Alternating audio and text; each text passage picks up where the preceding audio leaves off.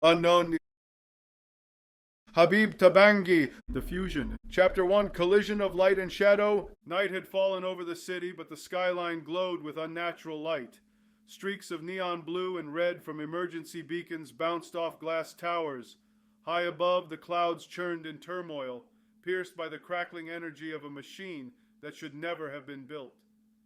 Super Habib stood on the rooftop edge of an unfinished skyscraper, wind whipping at the tattered remains of his cape. His chest heaved with exertion as he surveyed the chaos below. Fires raged in the streets. Panicked civilians fled from looming black-clad drones patrolling the skies. This was his city, a city he had sworn to protect, now teetering on the brink of calamity. Across the rooftop, a tall figure in obsidian armor guarded a humming device perched on a steel framework. The machine's core pulsed with violet light, painting the figure's silhouette in flickering shadows. The man's eyes glowed faintly behind a black helm-like mask. He was known only as the Shadow, Earth's most feared villain and traitor, and tonight he intended to tear a hole in reality itself. Super Habib narrowed his eyes. Habib, that was the name the world knew him by, the beloved hero, the guardian of this metropolis. But there was little love in his heart right now. Only determination steeled him against the howling gusts. "You don't have to do this," Habib shouted over the roar of the machine. The Shadow's cape flared in the wind as he turned his head slightly. A low, distorted chuckle came from him. "On the contrary, hero," he sneered, the word dripping with contempt. "I absolutely do. This world is about to change. I will make sure I stand on the side of power when it does." Habib stepped forward, boots crunching on loose concrete and metal debris scattered on the rooftop. "By inviting them here, you're selling out Earth to the oppressors from beyond." His voice carried anger and a hint of desperation. Far above, a bolt of unnatural lightning forked across the sky, reflecting in his eyes. The Shadow lifted one gauntleted hand and tapped a sequence into the device's console. "Spare me your naive righteousness," he growled. "What has your heroism done? The Overlord's influence is already creeping into our world. Our leaders kowtow to unseen masters. Our defenses are compromised. Earth is a ripe fruit ready to be plucked." He paused, eyes narrowing behind that mask. "With my help it will be quick, and in return, I am promised dominion." Habib's stomach churned. The rumors had been true. A power beyond Earth, an overlord from another dimension, was making a bid to conquer the planet. And the Shadow, ever the opportunist, had betrayed humanity for a seat at that dark table. The thought of it made Habib's blood boil. "You fool!" Super Habib shouted, fists clenching. "You think an overlord from another dimension will share power? You'll be their pawn until they crush you like everyone else." The Shadow's lips curled into a snarl. "Better a living pawn than a dead hero. At least I'll survive when the Overlord arrives, which is more than I can say for you or your adoring public." He glanced at the swirling vortex forming above the machine. The air around it warped, shimmering with heat and strange energies. Habib realized time was almost up. The device, a prototype interdimensional gateway stolen from secret government research, was powering up to tear open a portal. Already, the fabric of reality wavered at its focus point. If the Shadow succeeded, an army from a parallel dimension could flood through and subjugate Earth in one swift stroke. "Not on my watch," Habib thought. He set his jaw, then sprinted forward. "Stop!" he bellowed, and lunged. The battle was joined in an instant. Super Habib charged with the speed of a striking falcon, closing the gap. The Shadow was ready. With a flourish, the villain's arms erupted into tendrils of living darkness that whipped forward like snakes. Habib ducked one, vaulting over another. He felt the chill of shadow energy graze his shoulder, tearing a strip off his suit. He countered with a blast of radiant light from his palm, energy drawn from the very core of his being. The golden beam cut through the dim rooftop, forcing the Shadow to leap aside. It scorched a line across the concrete, molten flecks spraying. The villain moved with inhuman grace, unhindered by the dark.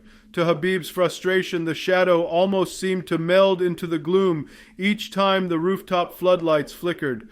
Only the device's purple glow gave a strobing illumination. Their silhouettes danced and clashed in the half-light, one a figure haloed in faint luminescence, the other a smudge of blackness wielding night itself as a weapon. Habib landed a solid punch on the Shadow's chest, the impact ringing off the armor. The villain staggered back but retaliated instantly, sweeping Habib's legs with a shadowy tendril. Habib fell hard, rolling to avoid a follow-up strike that shattered the concrete where his head had been seconds before. He tasted blood in his mouth. Pain flared along his ribs, but the hero forced himself up. In the distance, he could hear the city's alarms and the rumble of approaching aircraft, reinforcements from the national defense, no doubt responding to the anomaly forming above. The Shadow noticed it too. He cast a glance at the sky. The swirling vortex had grown to the size of a house, flashes of eerie red within it. It wouldn't be long now. With an irritated growl, the Shadow thrust out both hands towards Super Habib. "Enough of this!" he spat. Tendrils of darkness coalesced into a massive wave, surging forward like a malevolent tsunami. The air itself grew cold and heavy under the weight of that darkness. Habib braced. Summoning every ounce of his own power, he planted his feet and crossed his forearms in front of him. A shield of crackling golden energy materialized just as the wave crashed down. The impact was titanic. Concrete slabs shattered and blew outward from the epicenter, the entire skyscraper skeleton trembling. For a moment the hero was engulfed in utter blackness. The world narrowed to the roar of power in his ears and the strain in his muscles as he held his ground. Cracks splintered across his light shield, spiderwebbing under the Shadow's relentless assault. With a shout, Habib pushed back, flaring his energy outward. The golden light exploded in a burst, repelling the dark wave. The Shadow staggered, momentarily disoriented by the bright flash as the darkness recoiled like a wounded beast. Habib seized the moment. He dashed straight through the dissipating haze of shadow, drawing back his fist, channeling luminescent energy into it. He struck the Shadow across the face, one solid superhuman blow. The villain flew backward with a grunt of pain, tumbling across the rooftop until a half-built ventilation unit halted his slide. Pieces of metal rained down. The Shadow's mask was cracked, revealing one smoldering eye full of hatred. Super Habib advanced, chest heaving. "This ends now," he declared, voice firm. He extended a hand toward the control console of the gateway device. A focused beam of heat shot from his palm and fried the panel with a shower of sparks. The machine's rising whine faltered. "No!" the Shadow roared. He thrust out an arm and a spear of pure darkness shot forth, impaling the smoking console. With a shower of circuits, the entire control unit was destroyed, but not before sending a final jolt of energy surging into the portal's core. Habib realized the danger too late. The device was built to be handled with precision, not brutality. Without the controls, its power output spiked erratically. The vortex overhead swelled and writhed, no longer a stable circle but a rift, tearing wider and wider in the sky. The clouds parted in a vortex around it, thunder without sound echoing through the minds of everyone nearby. A gale force wind swept over the rooftop as the portal destabilized. Habib stumbled, caught off guard by the suction pulling upward toward the growing tear in reality. The Shadow had been tossed closer to the device by the blast. He clung to a twisted girder to avoid being sucked in. "All you've done is hasten the inevitable, Habib," the Shadow shouted, his voice nearly lost in the roar. For the first time, Habib heard his real name from the Shadow's lips. It was oddly human, in contrast to the demonic howl of the winds. Habib planted his feet, energy flaring around him as he tried to steady himself. The plan had been to shut down the portal, not blow it up. Now it threatened to become an uncontrolled gate, or worse, a black hole between worlds that could consume half the city. He had to contain it. Habib skidded step by step toward the machine, fighting the pull. If he could reach the core, maybe he could siphon the energy off or at least direct it upward away from Earth. The effort was immense. The closer he got, the stronger the torrent of force tugging at every cell of his body. Debris flew upward past him into the maelstrom, chunks of concrete, rebar, shards of glass swirling like lethal confetti. The shadow, still holding onto the girder, watched the hero's struggle. Habib caught a glimpse of his exposed eye again. There was something in it beyond hatred now. Fear. The realization struck Habib. The shadow hadn't planned to die here either. He was as much at risk from this catastrophe as anyone. Teeth clenched, Habib pushed onward and finally reached the device's core housing. Brilliant violet light spilled from the cracks in its casing, so bright it hurt even Habib's eyes. He could feel the energy unspooling wildly, threatening to rip a permanent hole through dimensions. Habib placed both hands on the core, channeling his power inward. "Come on, come on!" he groaned through gritted teeth. He willed the golden warmth of his energy into the machine, trying to stabilize it, to balance out the dark energy. The portal above flickered in response, its wild fluctuations slowing. For a moment it looked as if the rift might shrink. A strangled cry cut through the chaos. The shadow had lost his grip.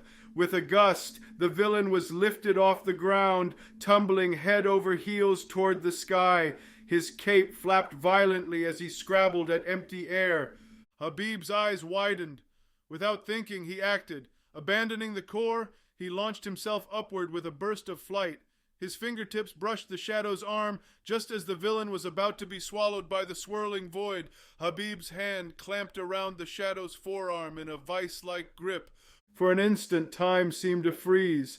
The hero hung there in midair, one arm extended to the machine below by a tether of golden energy he'd left streaming from his body, the other arm clutching the villain. The shadow's eyes met his. Shock and confusion evident on the part of his face Habib could see. Perhaps no one had ever tried to save him before. "Hold on!" Habib shouted, voice strained. The shadow's weight and the pull of the vortex threatened to rip them both upward. Habib felt his energy tether weakening. He couldn't both anchor them and calm the portal at once.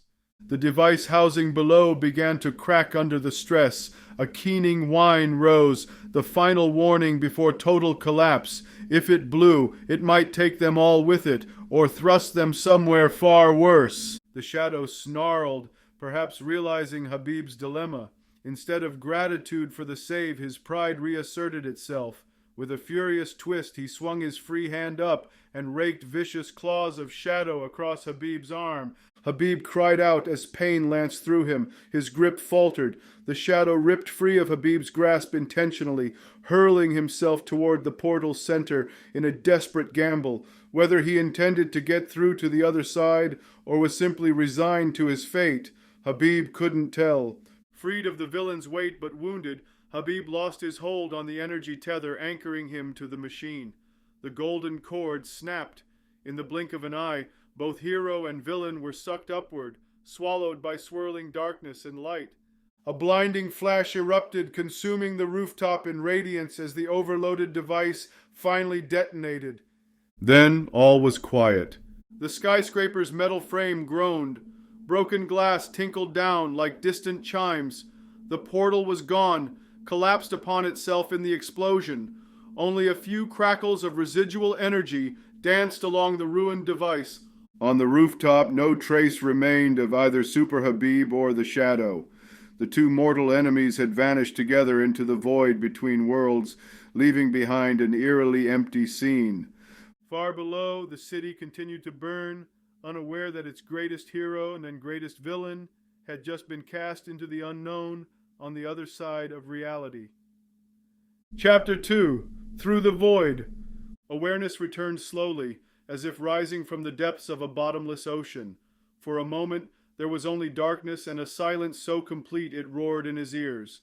Then came the pain, a dull ache radiating from every muscle, every bone. Habib opened his eyes to a sky of endless twilight, or was it a sky at all? Above him stretched a churning expanse of purple and black, streaked with rivers of silver light. It was like a perpetual dusk trapped between sunset and nightfall. No stars, no moon, just swirling luminescence in a void. He groaned and pushed himself to his knees. Beneath his hands, the ground felt cool and uneven. He looked down to find a surface of obsidian glass, cracked and floating. Indeed, as he steadied himself and rose unsteadily to his feet, Habib realized he was standing on a massive shard of rock or glass, one of many suspended in mid-air. All around, similar shards drifted at various angles.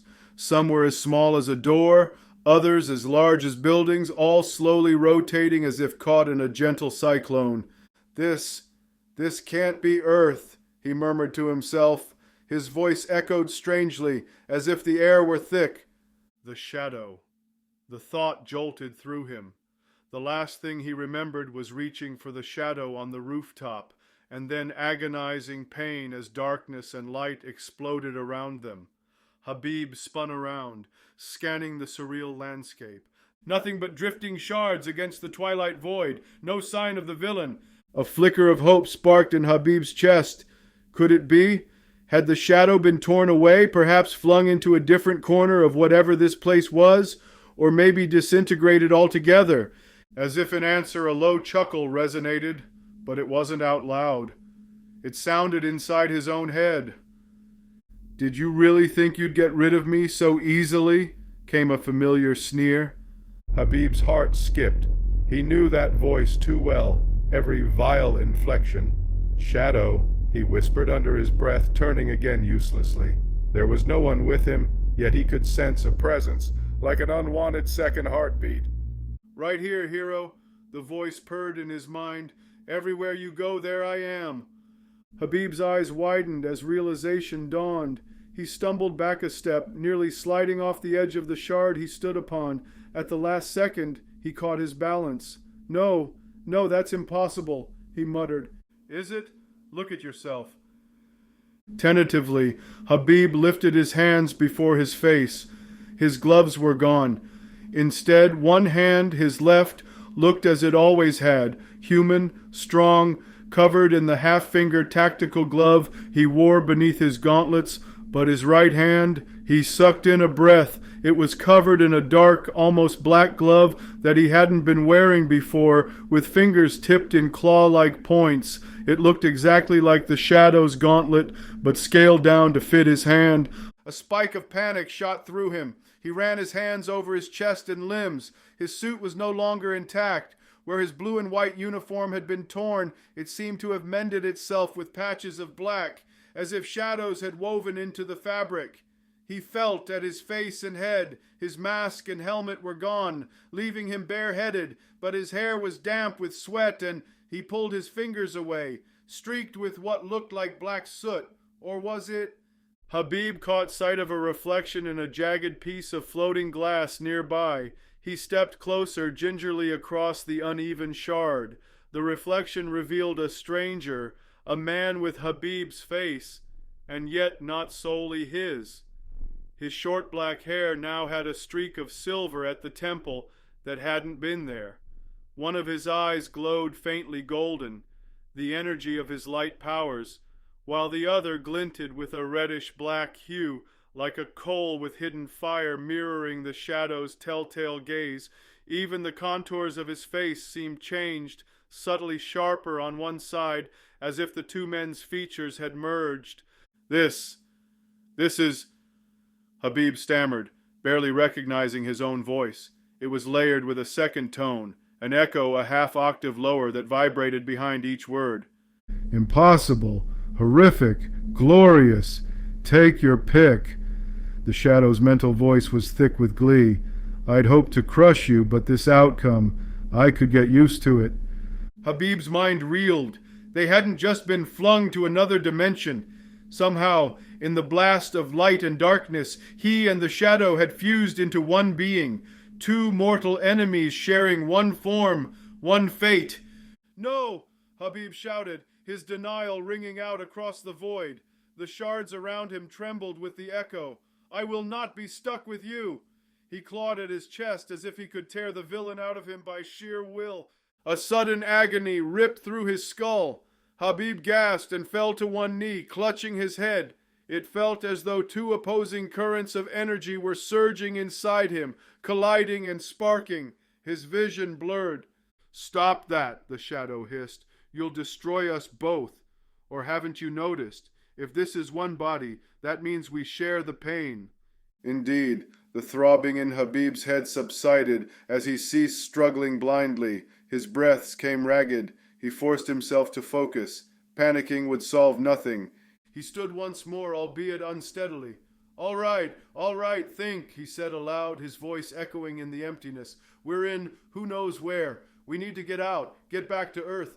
He pressed a palm against his sternum, feeling the rapid combined heartbeat. And we need to undo this merger. A mocking laugh echoed internally. By all means, figure it out. I'm all ears. While you're at it, conjure us a doorway home. Habib ignored the taunt and looked around. The shards formed a rough landscape of stepping stones. In the distance, if distance even had meaning here, he thought he saw a soft blue glow, like a beacon among the purples and blacks. Perhaps that way? He leapt gently to the next shard. Here, gravity felt weaker. He floated farther than expected and landed awkwardly, but regained his footing. He hopped to another, moving toward that distant glow. If there was any chance it could be a way out, he had to try. So this is your grand plan? Hoping over cosmic debris? Chasing pretty lights? The Shadow's voice oozed skepticism. Unless you have a better idea, Habib muttered, not breaking stride. I might, but why should I tell you? Habib set his jaw. The villain was clearly content to heckle rather than help, but cooperation might be the only path to survival. Because if we stay here, we might die here, he said flatly. I doubt you want that any more than I do. There was a pause, as though the Shadow was considering. Habib used that moment to jump again, closing half the distance to the mysterious glow. Fine, the Shadow said at length, begrudgingly. First off, that is not a beacon, it's some kind of rift. I can feel it from here. The boundaries of this dimension are thin in that spot. Habib frowned. Now that the villain mentioned it, he did feel something, like a slight tingling, a sensation of an opening. Perhaps the Shadow's attunement to dark energies gave him an intuition for these things. They moved closer, and the environment began to change. The shards here were larger, and some were connected by bridges of what looked like crystallized light. Habib stepped onto one such bridge, marveling as it rang like glass under his boots. At the center of the largest platform, hovering a few feet above it, was the source of the glow, a shimmering membrane of blue-white light about the size of a doorway. It was a portal, maybe even a naturally occurring one. Habib felt a surge of hope. Could this lead back to Earth, or at least out of this void? There was no way to know until they went through, and staying here was clearly not an option. He approached the portal but stopped short. Something felt off. The hairs on the back of his neck rose. He wasn't alone on this platform. From behind a cluster of jagged crystalline growths, a low growl emanated. Habib pivoted slowly, raising his guard. A creature emerged from the shadows of the broken landscape. It moved on 6 spindly legs, each clawed and barbed. Its body was sinewy and covered in reflective scales that mirrored the twilight around it. 2 heads, each with a maw full of needle-like teeth, hissed in unison. The creature's eyes were faceted like an insect's, and they fixed on Habib with predatory intent. A guardian, perhaps, Habib whispered. This portal may have been its territory. Charming, came the Shadow's dry mental retort. Now would be a great time to see what this new form can do, don't you think? Habib didn't reply, focusing instead on the beast. It lunged without warning, covering the distance with alarming speed. Habib barely had time to throw himself aside as one set of jaws snapped where he'd stood, the other head striking like a snake at his midsection. He rolled and came up in a fighting stance. Instinctively, he thrust out his left hand and sent a bolt of golden energy searing toward the creature. The blast struck one of the heads, and the beast screeched as it reeled back, singed. The Shadow's voice echoed in his mind, strangely exultant. My turn. Habib felt his right arm move almost of its own accord. Darkness pooled around his black-gloved hand and then shot out in a concentrated beam, a technique the shadow often used like a razor of night. It sliced into one of the creature's spindly legs, severing it. The limb disintegrated into ash as it fell, eaten by the corrosive shadow. The creature shrieked a sound like metal tearing and stumbled but did not collapse. Instead, it grew more enraged. The faceted eyes flashed crimson. With a roar, it spat a stream of burning acid from one mouth, forcing Habib to leap behind a crystal outcrop for cover. The acid hit the ground and sizzled, smoke billowing. Habib coughed, waving fumes away, and shouted internally, "We need to do that again, together this time." The shadow responded with a grudging, "Agreed." They stepped out on opposite foot, Habib leading with his left, Shadow guiding the right. It was a strange, halting synchronization at first, like a puppet with two masters. But as the monster bore down on them, they found a rhythm born of necessity. Habib channeled a pulsing orb of light between his palms, even as he felt the shadow gathering a coil of darkness, threading it around that same orb. Light and dark swirled together, a crackling sphere of opposing energies fused into something new. It glowed a fierce amber, radiating both heat and cold. With a unified cry, Shadow Habib, for that is what they were now, two souls in one body, hurled the orb at the charging beast. The sphere struck dead center between the creature's twin heads. There was a soundless flash of light within darkness, as if the void itself momentarily inverted. The creature froze mid-leap, suspended in the air by contorting bands of golden and black energy snaking around its form. Then, in an implosive snap, the energies contracted. The beast was crushed and disintegrated in an instant, shards of what was left of it scattering to the winds. When it was over, Habib found himself breathing hard, heart thudding wildly, but he was unharmed. They had done it. "Not bad, Shadow Habib," the shadow mused, almost sounding impressed, though the use of the combined name carried a note of sarcasm. Habib winced at the name, but there were more pressing matters. The portal still shimmered, seemingly stable for now. No more guardians stood in their way. He approached it, peering into the glow. He couldn't see what lay beyond, only swirling light. No way to know but forward. He glanced down at himself. As much as he hated to admit it, the fusion of their powers had just saved his life. If they returned to Earth like this, what then? He imagined the faces of those he protected, seeing him half turned into their worst enemy. It wouldn't be a warm welcome. "Don't tell me you're getting cold feet," the shadow mocked. "Step through, unless you'd rather stay here forever." Habib straightened. There was no choice. Earth needed to know what was coming. The Overlord's invasion could be imminent, and he had to warn them, even if he returned, changed. Without further hesitation, he stepped into the portal. A sensation of being squeezed through the eye of a needle overcame him. There was a flash of light, a lurch in his stomach, the brief hint of stars and swirling colors. And then, gravity, real gravity, yanked him down. Habib fell a short distance and hit solid ground on his side with a grunt. Actual ground, concrete by the feel of it. The glow of the portal vanished behind him with a soft pop, leaving him blinking in sudden harsh light. Daylight, pale and cold, filtered by smoke. He was back on Earth. Habib rolled onto his back, chest heaving. Above was a gray sky, early dawn light fighting through smog and dust. The smell of ash and burning plastic filled his nostrils. He recognized the smell. The city, after a night of destruction. Sitting up, he confirmed his location. He was on the same rooftop, or what remained of it.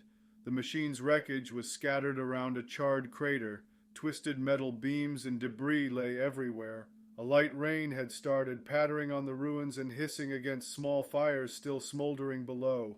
There were voices, shouts from somewhere in the stairwell leading down. He heard the bootsteps of several people approaching and the distinctive clatter of weapons. Habib tried to get up, but dizziness washed over him from exhaustion.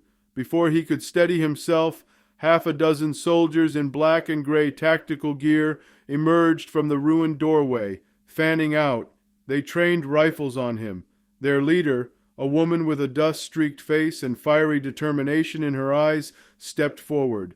Her uniform bore the patch of the International Defense Forces and a name tag, Alia. She froze at the sight of the lone figure amid the wreckage. "Super Habib?" she called, uncertainty and hope warring in her voice. The others kept their guns trained, eyes wide at the spectacle. A man with one eye glowing gold and the other red, clad in a tattered suit of opposing colors, radiant and shadowy energy still faintly flickering around him. Habib raised his hand slowly in a gesture of surrender or peace. He opened his mouth to respond, but hesitated. Was he still Super Habib? He felt the shadow stirring in the recesses of his mind, watching these newcomers like a cornered predator. He swallowed, forcing a weary smile that he hoped looked reassuring. "It's me," he said, voice tinged with that strange dual echo. I'm back." The soldiers exchanged baffled glances. Alia stepped closer, her rifle not lowering an inch. "What happened? Where is the shadow? And what have you become?" Her tone was strong, but he could hear an undercurrent of trepidation. Habib wished he had a satisfying answer. Rainwater trickled down his face, mixing with soot. "It's a long story," he sighed, feeling the weight of the night's events crush down on him. He met her gaze pleadingly. "But you need to know. Something worse is coming. The Overlord, he's real. An invasion. It's all real." Alia's eyes widened at that, confirming she understood the gravity of his words. Behind her, one of the soldiers muttered a curse. Habib got one knee under him, trying to stand. Two soldiers rushed reflexively as if to restrain him, uncertain if he was friend or foe, but Alia lifted a hand to hold them back. Lightning flashed in the distance, highlighting the ravaged skyline. Sirens wailed far below where emergency crews tended to the night's chaos. Alia took a deep breath, lowering her weapon slightly as she made a decision. "We'll sort out what happened to you later," she said, steadying her voice. "Right now, if you have information on an invasion, Command will want to hear it immediately. Can you walk?" Habib nodded, though every fiber of his fused being felt drained. "I'll manage."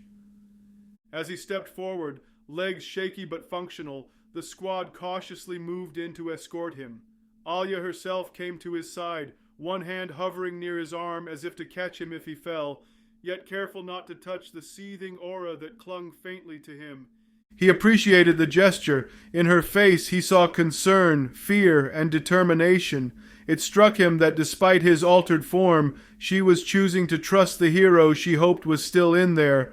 "One wrong move and they'll gun us down," the shadow warned internally, his tone low. Habib didn't respond, but he knew it was true. This was a tentative trust, one he intended to keep. He was back on Earth, at the edge of a battle far greater than any he'd ever fought, and he would need all the help he could get. Together, the weary fused warrior and the wary soldiers disappeared into the stairwell, leaving the rooftop's ruins and the dying storm behind. Little did any of them know that the night's events were but a prelude to a far more perilous journey that lay ahead, for Earth's fate, and perhaps that of many worlds beyond, now hung in the balance. Chapter 3. Dark Tidings. The elevator descended with a soft hum, carrying Shadow Habib and the team of soldiers into the depths of the emergency command bunker. The atmosphere was tense. The soldiers stole sideways glances at the man in their midst, unsure what to make of him. Habib could feel sweat trickling down his back under the mix of torn costume and Shadow's armor pieces. He kept his hands visible and tried to appear non-threatening, though it was difficult to look harmless when arcs of residual energy, gold and black, occasionally flickered across his body. Alia stood to his right, her posture rigid as she clutched her rifle. He sensed her tension, but also noticed that she placed herself slightly between him and the other soldiers, as if to shield both sides from a potential misunderstanding. He appreciated the gesture. The Shadow's voice slithered through Habib's thoughts. "They're afraid. Smart of them." Habib could practically picture the villain's smirk. "If they knew what's whispering inside your head right now, they'd drop this elevator to the bottom of the shaft and bury us." Habib closed his eyes briefly, inhaling slowly to calm himself. Not now, he thought back silently, unsure if the shadow could truly read his thoughts or only hear if he directed them. The doors slid open with a hiss. The group stepped out into an expansive chamber deep underground.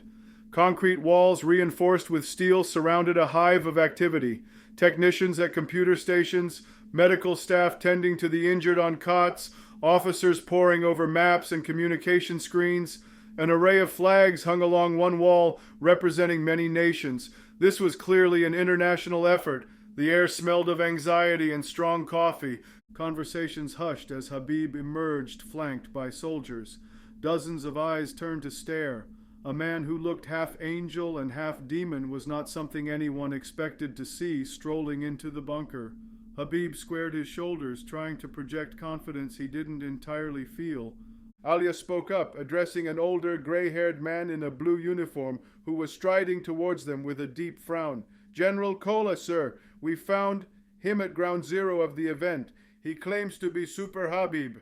"I am Super Habib," Habib interjected firmly, "and the Shadow." He figured bluntness was necessary. There was no time to dance around the truth. Somehow merged into one. A murmur passed through the nearest onlookers. General Cole's eyes widened beneath bushy brows. He halted, taking in the fused being before him. "My God," he muttered. "We saw the feed from the rooftop before cameras went out. We feared you were both lost." Habib recognized the general now. American, if he recalled correctly, but heading the UN's Joint Defense Task Force in the city. They had met briefly in strategy meetings. Cole was a pragmatic man, not easily shocked, yet now he looked utterly thrown. "I nearly was lost," Habib said, choosing his words carefully. His voice still carried that eerie double timbre. "General, sir, you need to hear what I have to say. Earth is in great danger. The Overlord—" Cole held up a hand to stall him, recovering his composure. "Let's take this somewhere private, and get a medical team here." He snapped over his shoulder. "Major, secure our guest, and make sure no one takes any shots at him by accident." Alia nodded. "Yes, sir." She gestured, and the other soldiers relaxed slightly, though Habib could still feel their unease.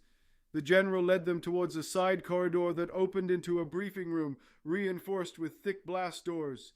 Inside, bright halogen lights illuminated a central table strewn with documents and a large digital display showing what looked like satellite images of the city and something orbiting above it. Two other senior officers stood waiting. One was a stern-faced woman in a British Royal Navy uniform, Admiral Singh, and the other a bespectacled man in a lab coat with a portable scanner device in hand. The door shut with a heavy clunk, sealing the room. No sooner had it closed than Admiral Singh fixed Habib with a piercing gaze. "Is this for real? Super Habib, fused with that terrorist, the Shadow? How do we know he isn't in control, She didn't bother to hide the suspicion in her tone. Habib opened his mouth, but before he could answer, the bespectacled man stepped forward, raising the scanner. "Permission to verify identity, sir?" he asked the general. General Cole nodded. "Do it." The technician, or scientist, approached Habib carefully, holding the device which emitted a pale green light as he swept it over Habib's form. "Biosignature matches Super Habib's with 97% accuracy," the man reported after a few seconds, eyes widening as he read the data. "There's also an energy reading consistent with the shadows actually emanating from within Super Habib's own. It's as if—" He shook his head in astonishment. "As if they truly are one person right now." Admiral Singh's frown deepened, but General Cole looked somewhat relieved. "So you are Habib," he said quietly, meeting the hero's eyes. "But also the Shadow." Habib inclined his head. "I wish I could give you a logical explanation.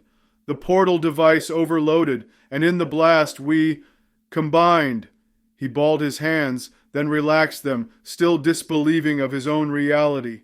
"I have the Shadow's voice in my head, his powers at my disposal, but I promise you, I'm still myself. I have control." "For now," the Shadow whispered, though Habib did not repeat it.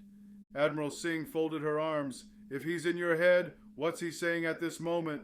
He's not thrilled to be here, Habib said dryly. He decided honesty was best. He thinks you all might try to kill us, and he's likely looking for opportunities to seize control if I slip up. But Habib straightened and looked around at each person in the room. I won't let that happen. I'd rather die than let him hurt anyone again. A pregnant pause followed. Alia, who had remained by the door, cleared her throat softly. With respect, Admiral General, I was there on the roof. If Super Habib says he's in control, I believe him. He saved us all stopping that machine, and he saved me once before. She glanced at Habib meaningfully, referring to an incident months ago when he'd thwarted a terrorist bomb in the city and pulled civilians, her included, from the rubble. Habib hadn't realized she remembered him personally, but the look in her eyes now was one of genuine respect. General Cole's stern face softened. Good enough for me. We've more pressing issues. He turned to Habib. You mentioned an overlord? What do you know? Habib took a breath. The overlord is real. A powerful being from another dimension who's been orchestrating chaos and influence here on Earth. The Shadow's been in contact with him, or at least his agents. He was promised a position of power if he helped open a portal for an invasion. Habib's voice tightened with anger at the thought. I saw evidence of the Overlord's realm. We briefly connected a portal, long enough to sense an entire army ready to come through. Admiral Singh exchanged looks with Cole. The Admiral spoke gravely. We've had unconfirmed intel about something like this. Unexplained transmissions, odd energy readings over the past few months. We suspected an extraterrestrial threat or interdimensional, as you say, but nothing concrete. General Cole tapped a control on the table, bringing up an image on the large screen. It showed a fuzzy satellite photo of the skyline last night, a swirling vortex of energy above the skyscraper moments before it collapsed. The portal, he said. Our instruments recorded a massive energy spike. After you vanished, the rift imploded, but since then... He clicked to the next image, a series of red blips in near orbit. We've detected several new anomalies, smaller portals perhaps. We think the Overlord is trying other ways to breach our dimension now that the main gateway failed. Habib studied the image, adrenaline stirring despite his exhaustion. Any contact yet? Demands or communications from them? Admiral Singh grimaced. Not exactly, but we did intercept something like a broadcast early this morning. We're working on deciphering it. Some alien language, but the tone sounded like an ultimatum. The scientist piped up, adjusting his glasses. Also, seismic activity spiking in various parts of the world, corresponding with those anomalies. It's possible small incursions have already occurred. Teams are being dispatched to investigate. He looked at Habib. If you have any insight... Habib closed his eyes a moment, trying to recall any of the Shadow's knowledge that might help. The Shadow knew only part of it.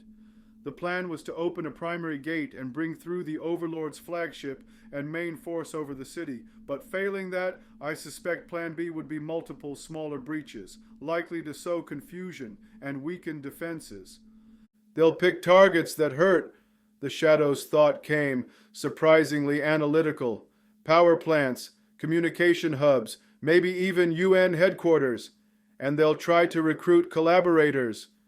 Habib opened his eyes, speaking tersely. He says they'll target critical infrastructure around the globe and look for collaborators on the ground. People in power promise safety or rewards. General Cole's jaw tightened. We've already detained 2 cabinet officials this morning trying to sabotage our response. It appears this overlord had indeed been whispering in ears. Alia shook her head in disgust. Traitors! Habib felt a surge of bitterness from the Shadow at that word, but he kept him contained. Time is short, Admiral Singh said crisply. We need a plan of action. Conventional forces are on alert, missile defenses primed if they send ships or aircraft through. But if this is truly interdimensional, we might be facing something beyond conventional means. Habib stepped forward, feeling a grim resolve harden. You're right. Bullets and bombs won't be enough. We need more information, allies, maybe technology beyond ours. He looked at the assembled leaders. Send me through. Through where? Cole asked.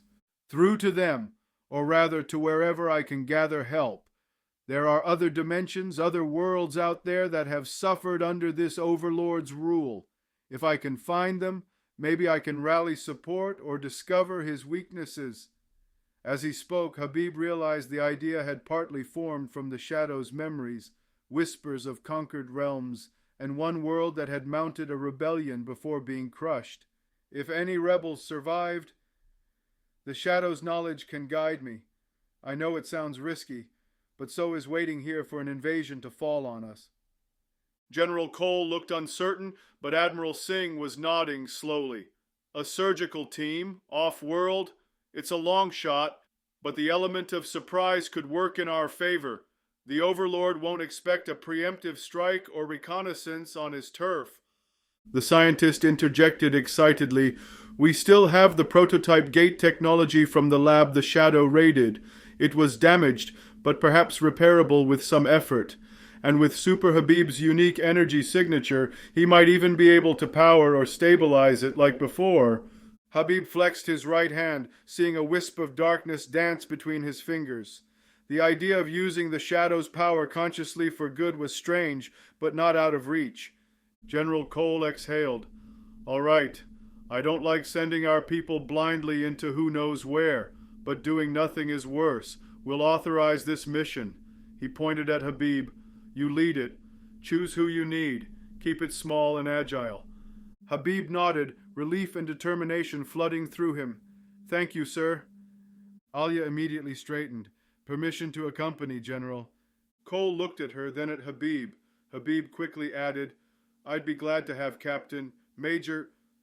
Captain, Alia corrected softly. Captain Alia's skills, Habib finished.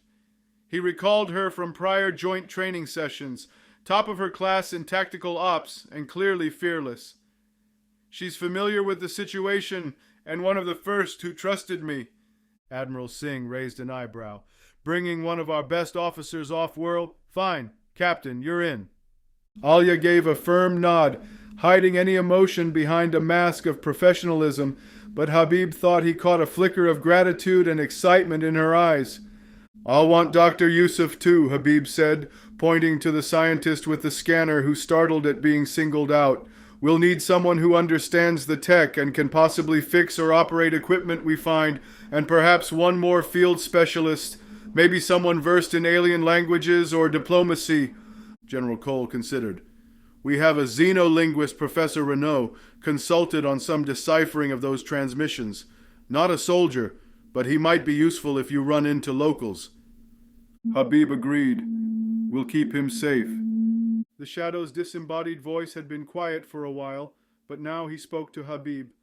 Bringing a scientist and a scholar into a war zone, how noble and naive. They'll be deadweight.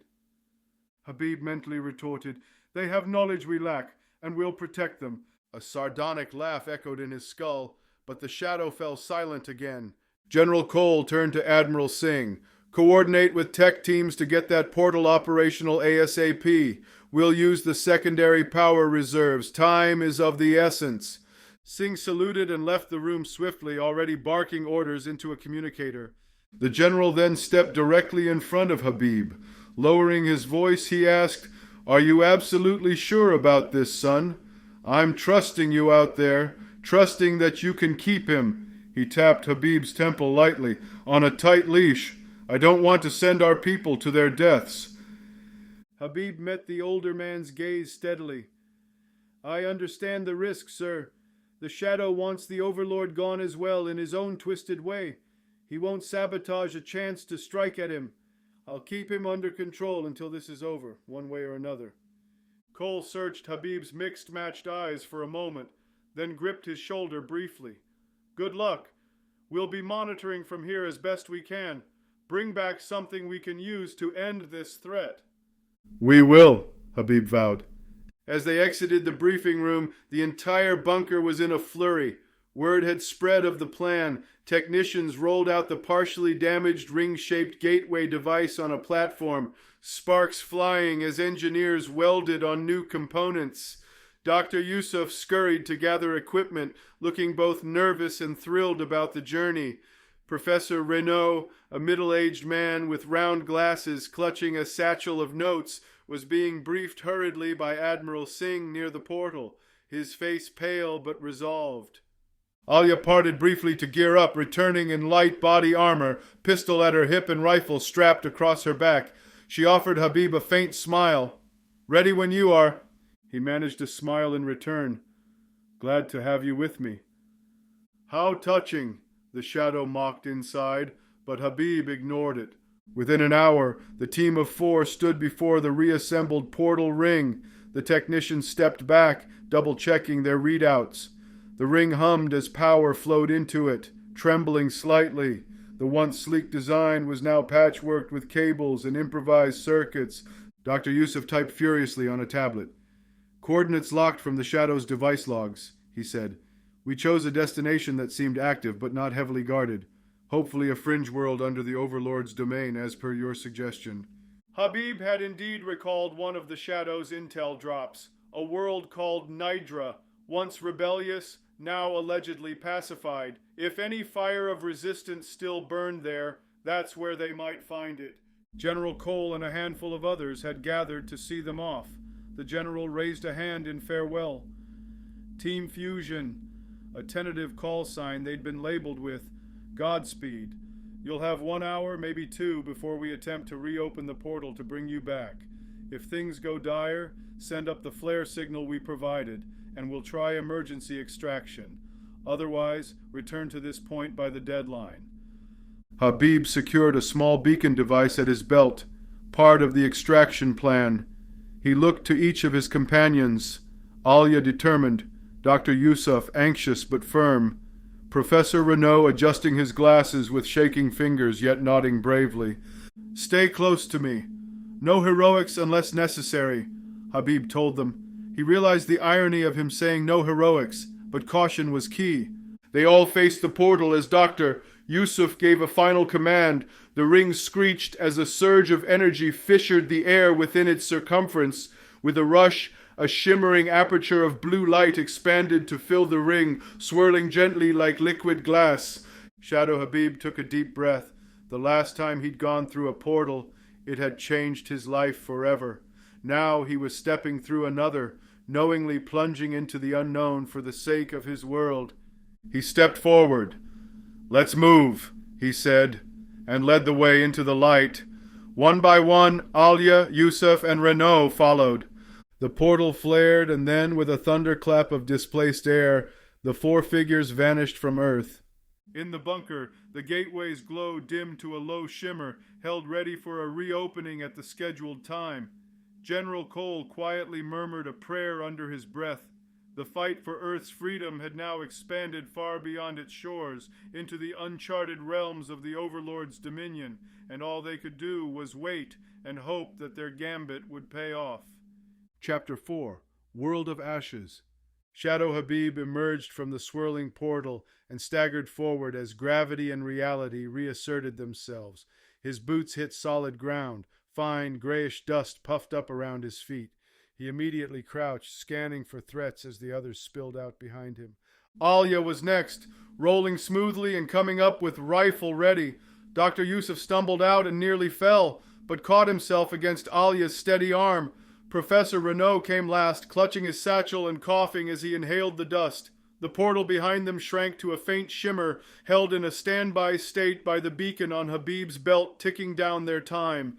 They were in a canyon or pit of some sort, with high craggy walls of blackened stone rising around. Above, the sky was a sickly orange-gray choked with clouds of smoke. A dull red sun peeked through, casting an eerie half-light. Habib's senses were on high alert. The air was thin and acrid, carrying the smell of burnt metal and something foul. In the distance echoed a faint rumble, like far-off thunder or perhaps explosions. "Everyone all right?" he whispered. They nodded, eyes wide as they took in the alien environment. Alia pointed ahead. "Look!" At the end of the canyon path, maybe a few 100 meters, stood structures, ruins of buildings made of a gleaming material now charred and broken. Twisted girders jutted out from collapsed domes. Habib's heart sank at the sight. It was a city once, now reduced to rubble. Over the ruins loomed a colossal statue, or what remained of it, depicting a humanoid figure in flowing robes, broken at the torso so only the legs and base remained. Professor Renault adjusted a device strapped on his wrist, and it crackled with static.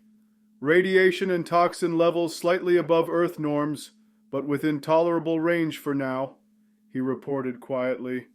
Breathable air, though I don't recommend running a marathon. Where are we exactly? Dr. Yusuf asked, voice hushed as though afraid to disturb the dead landscape. Nidra, Habib answered, stepping forward cautiously. It was once a free world. The Overlord conquered it a decade ago. The Shadow's intel said the population was pacified. He didn't add what pacified likely meant, but the ruins spoke for themselves. They moved as a unit through the canyon. As they neared the outskirts of the ruined city, signs of battle became clearer. Skeletons of vehicles, unlike any on Earth, lay half buried in dust. A toppled defense turret protruded from a crater, and scattered everywhere were debris and artifacts of life. A child's toy carved from crystal, a torn banner with strange symbols, rusted tools. Alia knelt by a piece of cloth that fluttered from a broken wall. She ran her gloved fingers over it and revealed a symbol underneath the soot, a circle with a rising stylized sun. This must have been a flag or insignia of Nidra, she said softly. Habib felt a pang of sorrow and anger. This is what dimensional oppression looked like, a world's culture reduced to tatters. They heard a sudden clanking noise ahead. Habib held up a fist, and they ducked behind the remnants of a thick wall. Peering cautiously, they saw a patrol approaching along a shattered street between crumbling buildings. The patrol consisted of 4 mechanical drones, spider-like with metal limbs and glowing sensor eyes, picking through rubble methodically. Alongside them marched 2 towering armored figures, sentinels in dark exoskeleton suits, carrying staffs that crackled with electricity. The armor bore the mark of the Overlord, a black sun with flared rays. Alia's grip tightened on her rifle. Dr. Yusuf's eyes widened, and he shrunk further behind cover. Professor Renault silently fumbled with a small camera device, recording visuals. Habib felt the shadow stir with bitter familiarity. Enforcers, he murmured in Habib's mind. And scouts, the Overlord's cleanup crew. They'll kill or capture any survivors on sight. He shared that intel in a whisper to the team. We can't let them raise an alarm. Should we engage or avoid? Alia whispered back. Habib considered. If they avoided them and pressed further into the city, they might find survivors, but leaving an active patrol behind could trap them later, and taking them out might earn trust from any locals watching. He decided quickly. Engage, but quietly. Alia nodded, switching her rifle to a silenced mode with a soft click. Habib moved first. Utilizing a fraction of the Shadow's power, he extended a veil of darkness around their group, like a moving patch of deep shadow, to mask them. It was a technique the Shadow used for stealth that Habib now mimicked. Under its cover, they crept closer to the oblivious patrol. When they were within striking range, Habib leapt high onto a half-fallen arch, then sprang down right into the midst of the patrol. Before the sentinels could react, Habib clapped his hands together and thrust them outward, unleashing a controlled pulse of light. The flash overloaded the drone's sensors and the sentinels' visors, blinding them momentarily. Alia then fired 2 precise shots. Pfft, pfft, the silenced slugs puncturing the central processors of 2 drones, dropping them twitching to the ground. One sentinel roared, swinging his crackling staff wildly. Habib ducked, feeling the static electricity lift the hairs on his skin. With his enhanced speed, he delivered a sharp kick to the sentinel's knee joint. Metal crunched and the large armored foe toppled to one side. The second sentinel recovered enough to spot Habib. It barked in an alien tongue and aimed its staff, a bolt of blue lightning arcing out. Habib braced for impact, but Alia was faster. She tossed a small device that clamped onto the sentinel's back, magnetizing with a thunk. It beeped once, then discharged an opposing surge of energy. The sentinel convulsed as its suit shorted out, and it collapsed with a heavy thud. Dr. Yusuf, emboldened by the quick advantage, jumped out and sprayed a burst from a compact energy pistol at the remaining 2 drones that were flailing from the light flash. Sparks flew as his shots blasted holes through them. In seconds, the skirmish was over. 6 enemy units lay inert in the dust. The echo of the shots faded, and silence returned, broken only by the crackle of a small fire from one wrecked drone. Habib allowed the darkness veil to dissipate. "Everyone okay?" Alia tugged her scarf up over her mouth to filter the dust. "Clear. Nicely done." Professor Renault exhaled the breath he'd been holding. That was incredible. He eyed Habib's method with both fear and admiration. They quickly dragged the remains of the patrol under an overhang to avoid immediate detection from above. Dr. Yusuf popped open a panel on one sentinel's armor, inserting a cable from his tablet. "I'll try to download data. Perhaps their patrol route or comm logs, if they reported anything about us." "Hurry," Habib said, standing guard at the street's end, scanning for any response teams. As Yusuf worked, a noise came from the shadows of a nearby alley, like a pebble skittering. Habib turned sharply. "Who's there?" he called quietly. No answer. Alia moved to flank, covering the alley with her rifle. Habib raised a hand, summoning a gentle glow to illuminate the dark gap between ruins. At first, nothing. Then he saw a shape behind a fallen column. It looked like a person, slight and trying to press into invisibility. "It's all right," Habib said softly, lowering his hand slightly. "We're not your enemies." A small face peeked out. A child. Grim smudges of dirt streaked across her pale blue skin. Blue skin? Yes. Now in the light, the young girl's skin had a faint turquoise hue, and her eyes were large, reflecting the glow like a cat's. She couldn't have been older than 10 or 12 in human terms.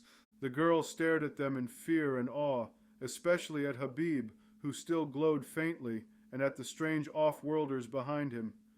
Alia slowly slung her rifle and crouched, open-palmed. "Hello there," she cooed gently, maternal warmth in her tone. "You're safe now. We won't hurt you."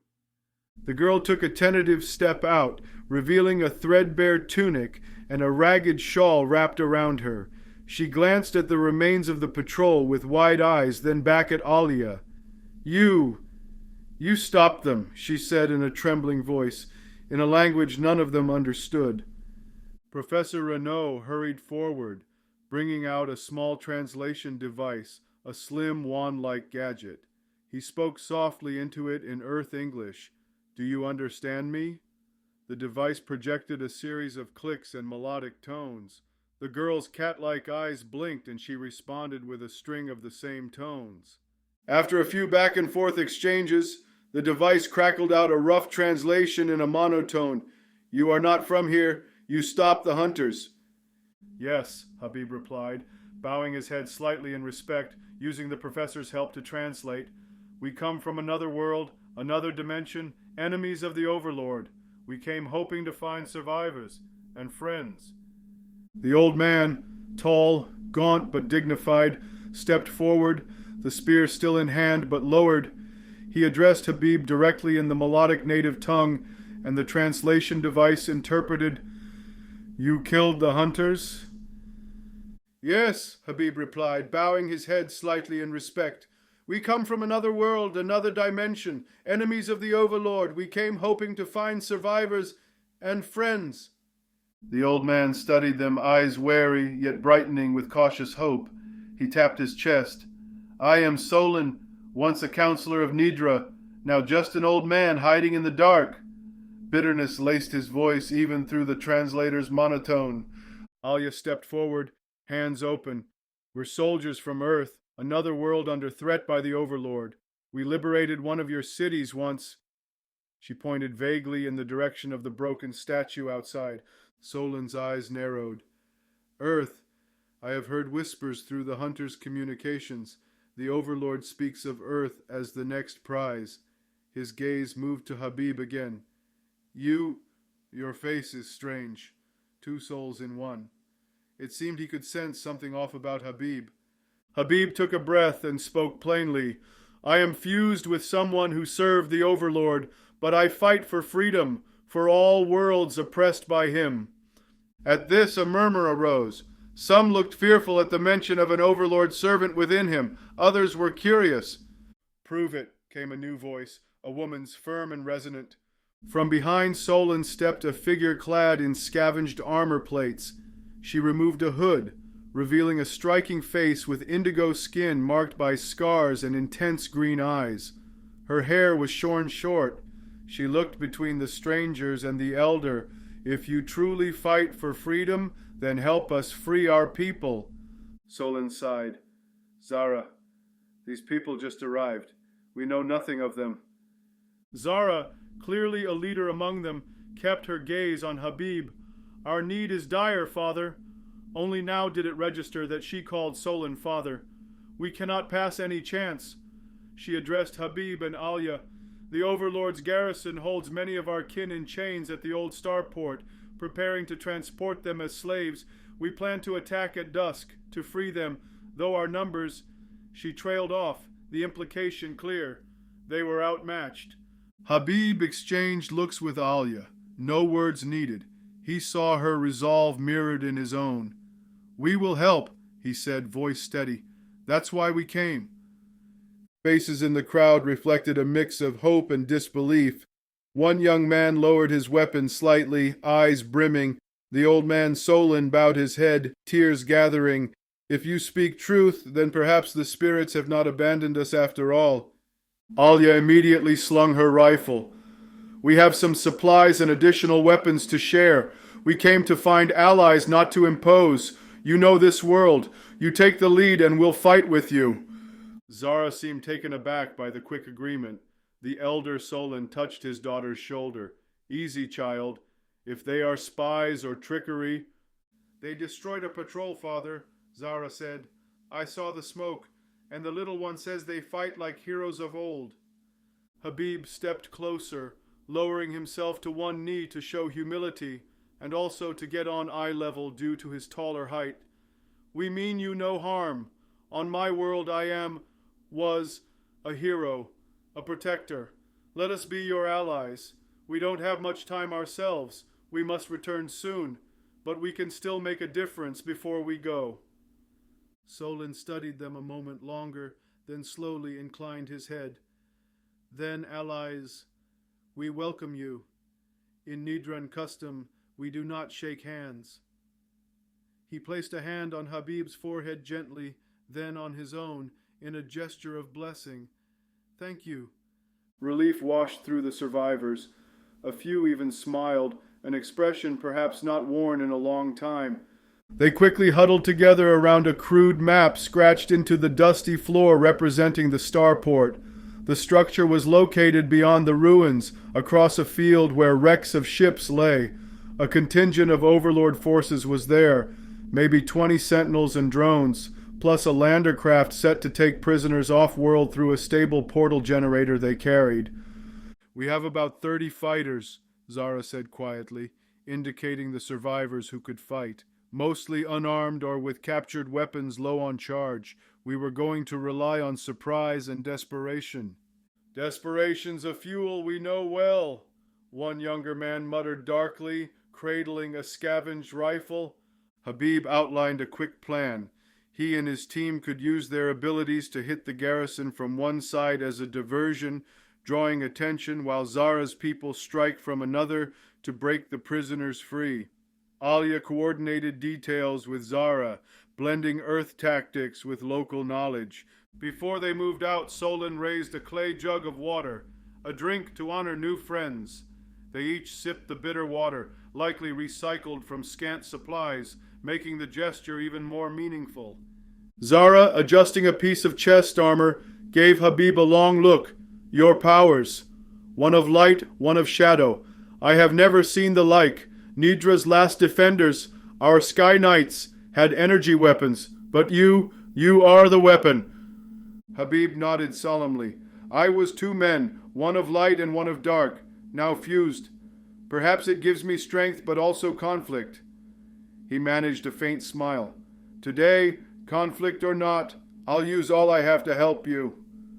Zara responded with a tight smile of her own, respect in her eyes. We will see freedom again today, if the spirits are kind. Alia overheard and added, On our world we have a saying, fortune favors the brave. She checked her rifle and handed Zara a spare sidearm from her pack, which the Nidran woman accepted with a grateful nod. Dr. Yusuf and Professor Renault stayed towards the back, ready to help tend to any wounded or use their tech expertise if needed on the portal device. It was nearing dusk, the orange sky dimming to red. Under that blood-colored twilight, 24 ragged rebels of Nidra and 4 visitors from Earth crept toward the starport. Atop a ridge of slag overlooking the field, they saw the target, an open expanse of cracked tarmac where a large shuttle-like craft loomed, flanked by humming machinery projecting a shimmering curtain of light, the portal that would take off-world. Corralling near the shuttle were maybe 100 Nidran captives in shackles, guarded by squads of sentinels. Some captives stumbled weakly, likely they'd been starved or beaten. Anger boiled in Habib's chest and likewise in the Shadow's soul within him. For once they agreed on the outrage of this sight. He turned to his companions and the fighters arrayed in hiding. Ready? Faces were grim and determined. Alia flashed him a confident look. Zara slid her blade from a sheath, eyes on the prisoners below, perhaps loved ones among them. Now, Habib hissed. He raised his left hand skyward and conjured a streak of brilliant light arcing into the sky above the starport. It detonated in midair with a thunderous boom and a cascade of sparks, illuminating the area like a false sunrise. Every sentinel's helmet snapped upward in alarm at the sudden display. Shouts rang out in an alien tongue. That's when the rebels struck. Zara led a charge from the right flank, her fighters hollering defiant war cries. They descended upon 2 sentinels at the perimeter, spears and blades finding weak spots in the armor joints before the enemy could fully react. Alia, sniper-like, picked off another guard on a watchtower with a single suppressed shot. Meanwhile, Habib leapt high into the chaos, landing in the midst of a cluster of drones near the portal generator. With a sweep of his hand, he unleashed the Shadow's darkness like a whip, cleaving through metal chassis as if they were paper. Drones exploded in showers of sparks. The Overlord's forces reeled from the unexpected multi-pronged assault. Some rallied, firing volleys of plasma bolts. One bolt grazed Habib's side, burning through part of his hybrid suit, but he grit his teeth and retaliated with a focused beam that blew the attacker clear off its feet. Zara was a whirlwind among her people, her salvage pistol blasting a sentinel at close range, while her sword sliced another across a weak neck joint. She fought with ferocity born of years of vengeance stored inside. Alia moved methodically, covering any sentinel who tried to flank the rebels, her earth rifle proving deadly accurate even here. Meanwhile, Dr. Yusuf and Renault, safely atop the ridge, activated a jamming device to disrupt enemy comms, something Yusuf had gleaned from the Sentinel data earlier. The result, the Overlord's forces couldn't call for off-world reinforcements immediately. Habib made his way to the cluster of captives. A particularly burly sentinel with ornate markings, perhaps a commander, seized a chained Nidran woman, holding a crackling blade to her throat as a shield. The sentinel barked something at Habib, likely a threat. Habib slowed, hands glowing. "Let her go," he growled. The commander pressed the blade, making the woman cry out. Habib felt a surge of fury. The shadow within eagerly fed on it. "No mercy, destroy him," it urged. In a blur, Habib unleashed a feint, a bright flash to force the sentinel to avert eyes, then followed instantly by a spear of darkness aimed at the commander's arm. The dark bolt pierced through the elbow joint of the armor. The sentinel bellowed in pain and dropped the blade. The captive woman scrambled away.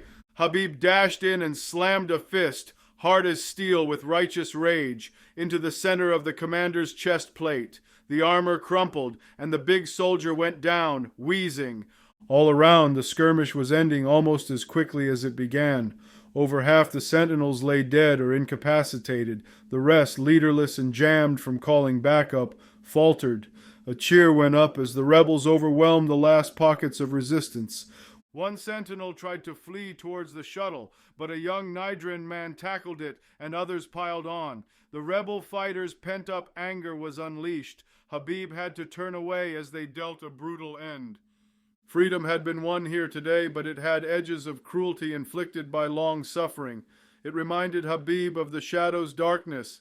He silently resolved to guide this fury into rebuilding, not revenge if possible. The captives were freed from their shackles with keys taken off guards. Tearful reunions unfolded as family members found each other. Zara emerged from the throng, blood trickling from a cut on her forehead, but a radiant triumph on her face.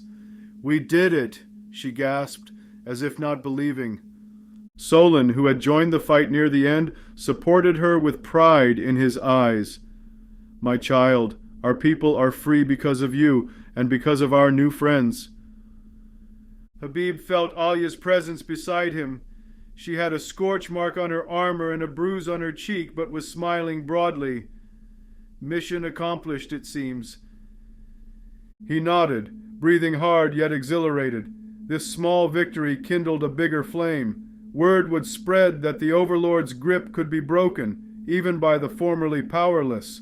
Suddenly, a crackle on Yusuf's device reminded them, time to extract soon. Their beacon signaled 15 minutes to portal reactivation. Habib turned to Solon and Zara, regret in his voice. "We have to go back to continue the fight on Earth, but we won't forget you. We'll tell your story, maybe even bring more help." Zara clasped his hand with surprising familiarity and intensity. "You risked your lives for strangers. You are kin to us now." Her eyes flicked to Alia and the others, including them in the sentiment. "Take this victory with you, and when the Overlord falls, because he must, know that Nidra stands with you." Habib felt a lump in his throat. He wished they could stay longer, help them rebuild or ensure no immediate counterattack. But a rumble in the ominous sky warned that they'd drawn attention, perhaps orbital scanners detecting the battle. Solon pressed a carved pendant into Renault's hands, a token with the rising sun emblem. "For your leaders back home, proof that even in ashes the sun of freedom can rise." Renault's eyes glistened as he accepted it with a nod. Quickly the team gathered back to the canyon's mouth where their return point was set. The Nidrans formed a crowd to see them off, tired yet hopeful faces looking on. One small figure darted from the crowd, the young girl who'd first found them. She ran up to Alia, who knelt and accepted the hug the child gave. "Thank you," the girl whispered in her own tongue, translated softly after, "My mother was among those saved." Alia stroked the girl's hair gently before releasing her. Habib couldn't help but smile. It was easy to forget amid war that these acts of heroism meant everything to people like this child. As the portal hummed to life, Zara raised her sword in salute. "Shadow Habib," she called, using the name one of her people had dubbed him upon seeing his powers. "May your light and shadow guide many more to freedom." Habib bowed deeply, humbled. "Farewell, Nidra. We will fight on, together." With that, he and his companion stepped back through the shimmering gate, leaving the world of ashes behind. They arrived back in the earth bunker moments later, collapsing to their knees with exhaustion and relief. As medics rushed up and General Cole's voice boomed with demands for reports, Habib looked at each of his team, Alia, Yusuf, Renault, pride shining in his mismatched eyes.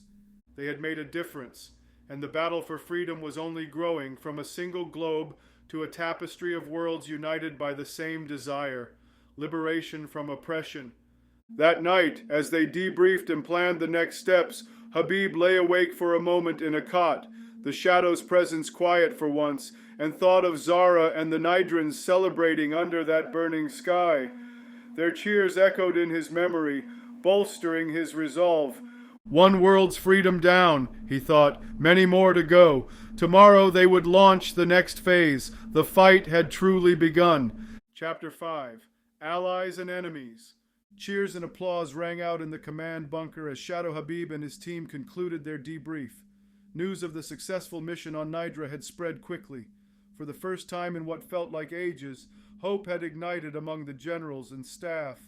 They had struck a blow against the Overlord, and more importantly, proven that united action with allies from other worlds was possible. Habib stood at the center of a throng of well-wishers, feeling unaccustomed to the attention in his altered state. A few feet away, Alia leaned against a console, catching her breath and flashing weary smiles to colleagues congratulating her. Dr. Yusuf excitedly displayed the Nidran pendant Solon had given to a pair of curious scientists, while Professor Renault engaged Admiral Singh in animated talk about the cultural observations he made. General Cole approached Habib and clasped his arm. "You did it, son, and without any casualties on our side. Outstanding work." Habib nodded, relief washing through him now that the adrenaline had faded. "The Nidrans did as much as we did. They have the fire. They just needed a spark." Cole's eyes shone with pride and something else, determination. "This changes the game. If we can rally more worlds, the Overlord won't be expecting resistance on that scale." Admiral Singh chimed in. "We're analyzing the data your team brought back from the Sentinel. It appears to contain partial star maps and possibly a network of known dimensional gate locations. Could guide future strikes." Professor Renault pointed to one marked point. "This here might be a central communications nexus in a sub-dimension, essentially their command and control hub. Disrupt that, and coordination between his forces across dimensions could collapse." Soren's eyes narrowed at the line as he leaned in. The Shadow never mentioned a prophecy. Figures he'd keep something like that to himself. They moved further down the wall. Another segment showed a carved relief, a figure half in light, half in darkness, standing over a crumpling crowned giant. Tiny stars and worlds were etched around them, as if celebrating. Alia gave a low whistle. "That's on the nose." Habib felt both a chill and a spark of encouragement. The carvings depicted exactly his situation. Could it be that this sanctum's creators foresaw a being like him? Soren cleared his throat. "As fascinating as this is, we came for anything that might help us defeat the Overlord, not just fortune-telling." They resumed searching. On an altar beyond the dais lay a few objects: a dagger with a black blade, a dusty, leather-bound tome, and a metal amulet inset with a purple crystal. Habib recognized the tome, the Shadow's personal grimoire of collected knowledge and spells. He opened it. Pages flipped on their own to a marked entry scrawled in the Shadow's harsh handwriting. It detailed Project Eclipse and the codename for his plan to usurp the Overlord. There were notes on the Overlord's strengths and weaknesses. Overlord draws energy from dimensional rifts. Sever those and he weakens. He possesses an artifact called the Crown of Dominion that channels fear of conquered worlds into power. If that crown were destroyed or stolen, Overlord's grip on his armies would falter. Habib read this aloud to the others. Admiral Singh and General Cole would need this info as soon as possible. "That crown must be his Achilles' heel," Alia said. "Destroy it, and he's vulnerable." Soren rubbed his chin. "I heard whispers of it. Never saw it, but the Overlord always wore something beneath his hood in hollow communications. A glint on his head. Yes, it makes sense." They gathered the items. Habib slipped the grimoire into a satchel Yusuf carried. Alia carefully took the amulet. Soren claimed the black dagger, twirling it with familiarity. "My old blade," he remarked, almost fond. The last remaining prize was the orb, the Heart of Shadows. As they debated how to handle it, a low rumble vibrated through the chamber. The shadows around them seemed to coalesce, pooling at the edges of the light. Habib stiffened, and Alia instantly went back to back with him, scanning the darkness, rifle raised. From the far end of the chamber beyond the dais there was movement.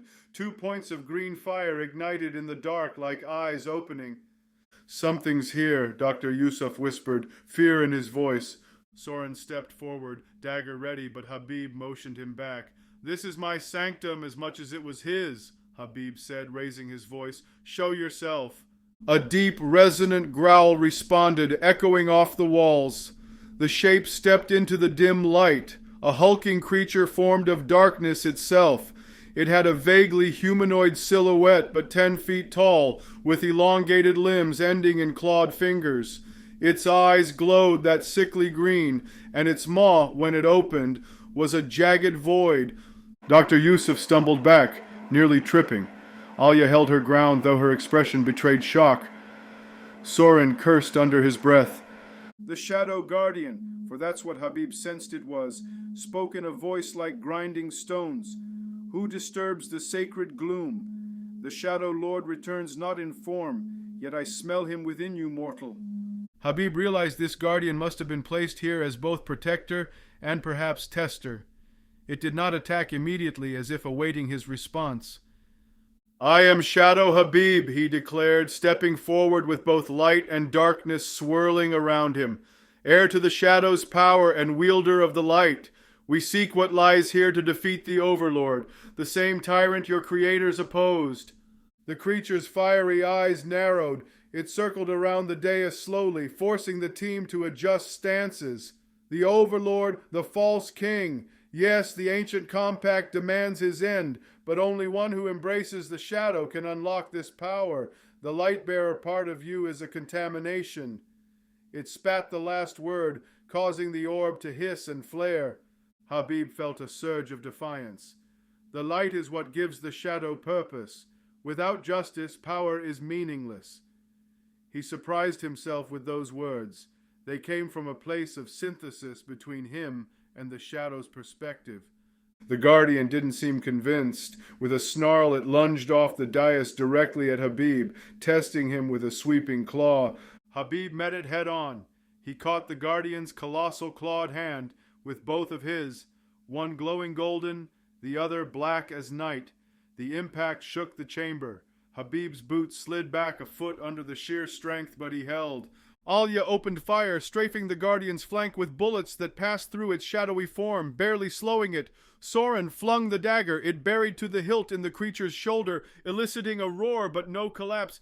Dr. Yusuf ducked behind a pillar.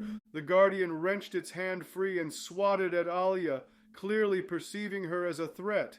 She rolled out of the way with agility, but the creature was fast, faster than something so large had any right to be.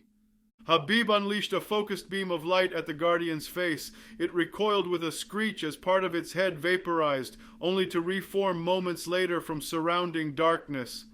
"The orb fuels it," the shadow deduced. "We must cut it off or absorb that energy." Absorb, that word again. Habib knew what he had to do, risky as it was. "Alia, Soren, keep it busy," he shouted. Not waiting for agreement, Habib sprinted to the dais and, mustering all his will, plunged both hands into the orb, one of pure light, one of pure dark, united in purpose.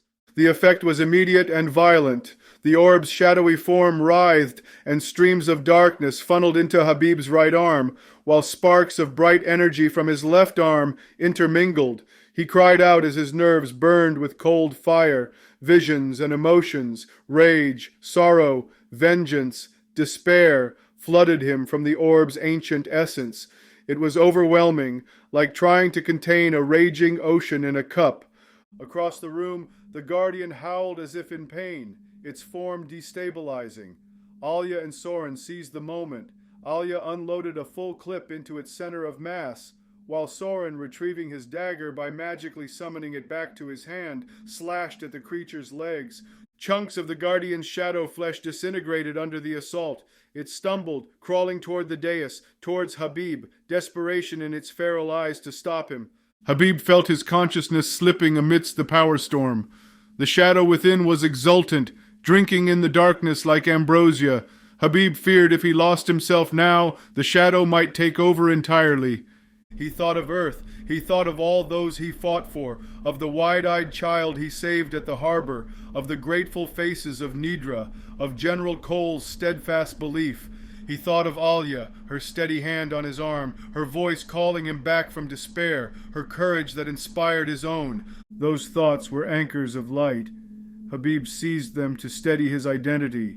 The deluge of shadow met the pillar of his resolve and began to swirl more manageably within him, like two rivers merging into a single strong current. He felt new strength flooding every muscle, every synapse. His vision, momentarily darkened, cleared to a razor focus. He pulled his hands free of the orb, the artifact now shriveled and inert, drained of its power. The Guardian gave one last defiant roar and lunged at the dais, swinging both massive arms down to crush Habib. Habib raised a single hand, wreathed in an aura neither gold nor black, but a shimmering alloy of both. He caught the Guardian's blow, halting it in midair. The shockwave shattered pillars around the chamber. Stone fragments rained down. With calm fury, Habib clenched his fist. The aura around it expanded rapidly, enveloping the Guardian. "Rest now," Habib said softly, almost pityingly, and then he unleashed the pent-up energy in a brilliant flash.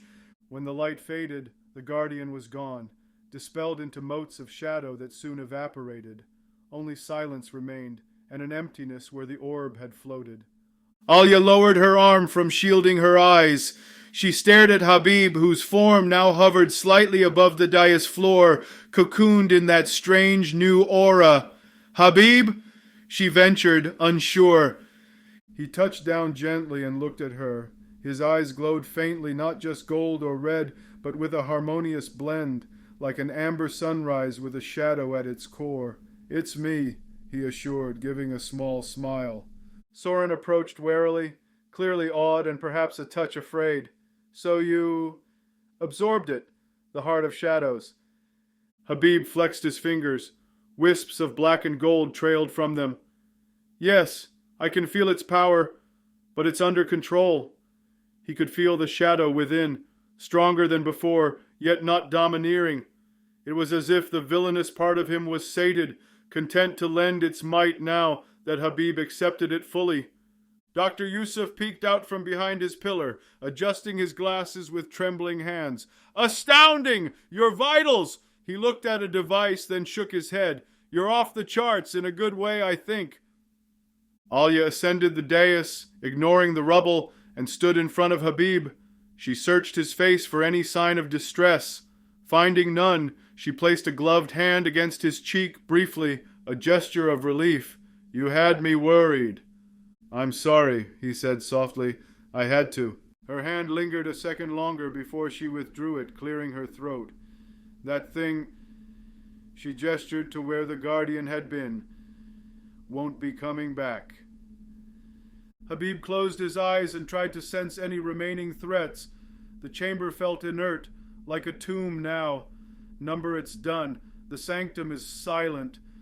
Soren quickly busied himself at the altar, collecting the amulet and any stray notes. He coughed. "Hate to break the moment, but we should return. The others need that intel on the Crown of Dominion." Habib and Alia exchanged a glance, both a bit flustered that Soren had casually observed their exchange, but they nodded in agreement. Within a few minutes they made their way back through the corridor, Habib now lighting the way with his own faintly luminescent aura. The traps and twists seemed trivial to avoid now. He could sense them, perhaps another gift of the shadow energy heightening his perceptions. Before reaching the portal, Habib paused. He turned back toward the dark chamber out of sight and offered a silent promise to use what he gained here not for selfish ends, as the shadow once intended, but to truly free those under the Overlord's yoke. The carving's prophecy weighed on him, but in a hopeful way. He was indeed the union of light and dark, and he intended that to be the Overlord's undoing. The team stepped through the portal to return. Back in the Earth Bunker's portal room, they emerged to an anxious crowd of personnel and guards. Everyone visibly tensed at the sight of Habib wreathed in his new aura, some even raising weapons instinctively. General Cole approached, hesitant. "Habib, what happened?" Alia quickly raised her hands in a calming gesture to the soldiers. Stand down. He's fine. She looked to Cole. We ran into some security, but we got what we needed. Dr. Yusuf eagerly laid out the grimoire amulet and his recordings of the wall prophecy on a table as others gathered round. Habib, dimming his aura to a faint flicker out of courtesy, summarized for the leadership. The sanctum held knowledge. We confirmed that the Overlord's strength is tied to something called the Crown of Dominion. Destroying or removing it will weaken him severely, possibly enough to defeat him. Also, cutting off his portals will limit his power. We have an amulet here, he held up the one Alia carried, that might help us disrupt his portal network. The Shadow prepared it for a sabotage attempt. Admiral Singh took the amulet carefully. We'll have our best arcane and tech specialists analyze this immediately. General Cole studied Habib. And you? Your power? Habib straightened. Heightened. He chose his words deliberately. I had to absorb a source of shadow energy. It was the only way to overcome the Guardian there and secure these assets. But I am in control. He let his gaze sweep the room, inviting anyone to challenge that. No one did. Many looked in awe or discomfort, but they all knew they needed every advantage they could get. Soren interjected. Time is ticking. Now that we have what we need, the next phase, the communications nexus strike, should proceed. Overlord will certainly know his guardian is gone and that someone was at that sanctum. He'll be on alert. General Cole agreed. We attack by dawn. He turned to Habib and Alia. Get some rest if you can, both of you. Briefing in 2 hours for the final assault. As people dispersed to make preparations, Habib felt fatigue creeping in. The power uptake masked it briefly, but he had been through a gauntlet physically and emotionally. Alia touched his arm gently. Come on, you need a break. Even super beings need a coffee, I think. He chuckled, nodding. They walked together out of the command center. Behind them, Soren was speaking quietly to one of the techs about analyzing the dagger he retrieved. He flashed a courtesy smile at Habib and Alia as they left, but there was a distance in his eyes. Habib and Alia found a quiet corner in a break room. She procured 2 cups of strong coffee. As he sipped, Habib sighed, feeling the warmth spread through him in contrast to the chill of the sanctum. Alia regarded him over the rim of her cup. Soren being along? I don't like it. Me neither, Habib admitted, but we'll keep him on a short leash. The first sign of treachery... I'll put a bullet in him, she finished matter-of-factly. Then she sighed, shaking her head. Honestly, part of me wants to trust him. We could use every helping hand. But after what the Shadow and his ilk did to this city, Habib remembered well. Bombings, assassinations. Soren had orchestrated a massacre at a peace conference that cost many lives. He'll have to do a lot more than one assist to redeem that. They paused at a junction. Alia turned to face Habib fully. I also wanted to say, earlier at the harbor you were incredible. Taking that blast to save those people. She bit her lip. You always carry so much weight on your shoulders. Habib shrugged a little self-consciously. It's what heroes do, isn't it? You don't have to do it alone, she said, echoing her words from the VTOL. Her hand hovered near his, not quite touching. In case you haven't noticed, you have me, us, now. Habib felt that warmth again, and this time he sensed the Shadow's presence almost quiet, as if it too respected this moment or at least didn't intrude. I know, he replied gently. It's new for me. I'm used to either doing it myself or not trusting anyone else to get it right. But having you there, he faltered a second, then found resolve. It makes me feel stronger, not weaker. I'm grateful, Alia. A faint blush touched her cheeks at the sincerity. She broke the intensifying gaze with a light laugh. Well, good. Just remember that next time you decide to play human shield. There was humor, but also genuine relief that he understood her concern. Before anything more could be said, Soren's voice echoed down the hallway. Am I interrupting? They turned to see the man lurking a few steps behind, arms folded. How long had he been watching? Alya's warm expression immediately hardened. What do you want, Soren? He raised his hands disarmingly. Only to inform our dear leader here that the portal coordinates for the sanctum are being programmed now. We leave within the hour. He smirked slightly. Don't be late. Habib frowned as Soren sauntered off. Alya muttered under her breath about putting a tracking chip in him. The next hour was a blur of preparation.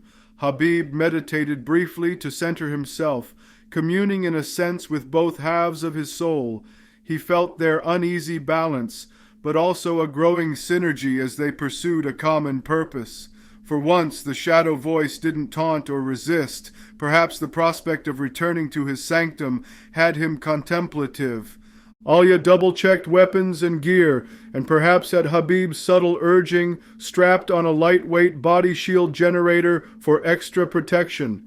Dr. Yusuf loaded a pack with scanning equipment and some mystical detection gear borrowed from Renault's lab.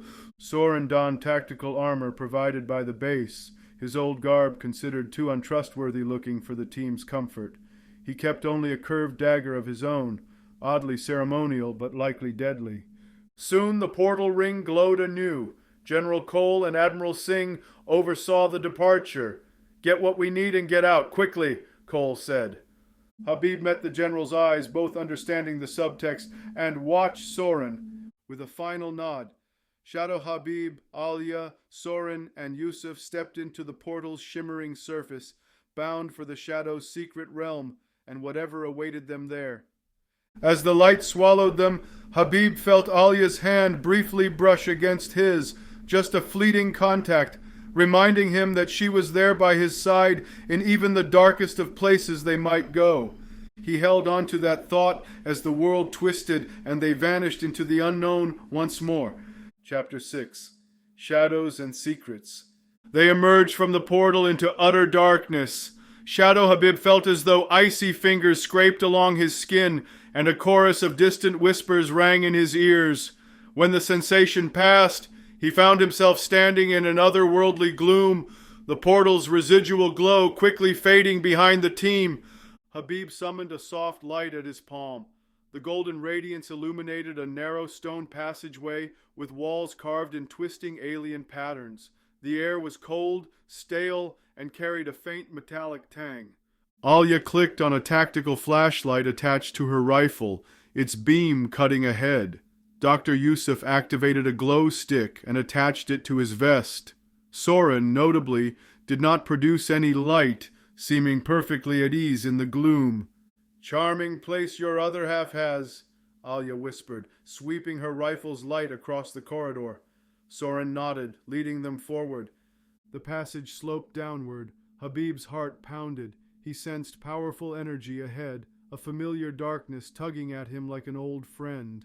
The shadow within him, both eager and wary, stirred. The tunnel opened into a grand chamber. Habib's light expanded to reveal a vaulted ceiling supported by twisted pillars of obsidian.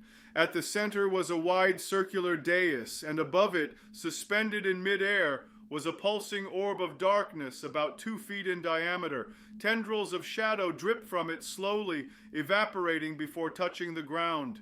Dr. Yusuf's jaw dropped. Incredible. A stable concentration of dark energy. He aimed a scanner at it, which immediately began spitting out frantic readings. Habib felt an immediate pull towards the orb. His right arm, the side tainted by the shadow's influence, ached and tingled as if resonating with the artifact. Soren smiled thinly. The heart of shadows, he explained, a font of dark power.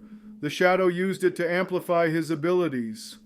Alya shifted uneasily, eyeing the orb. Is it safe?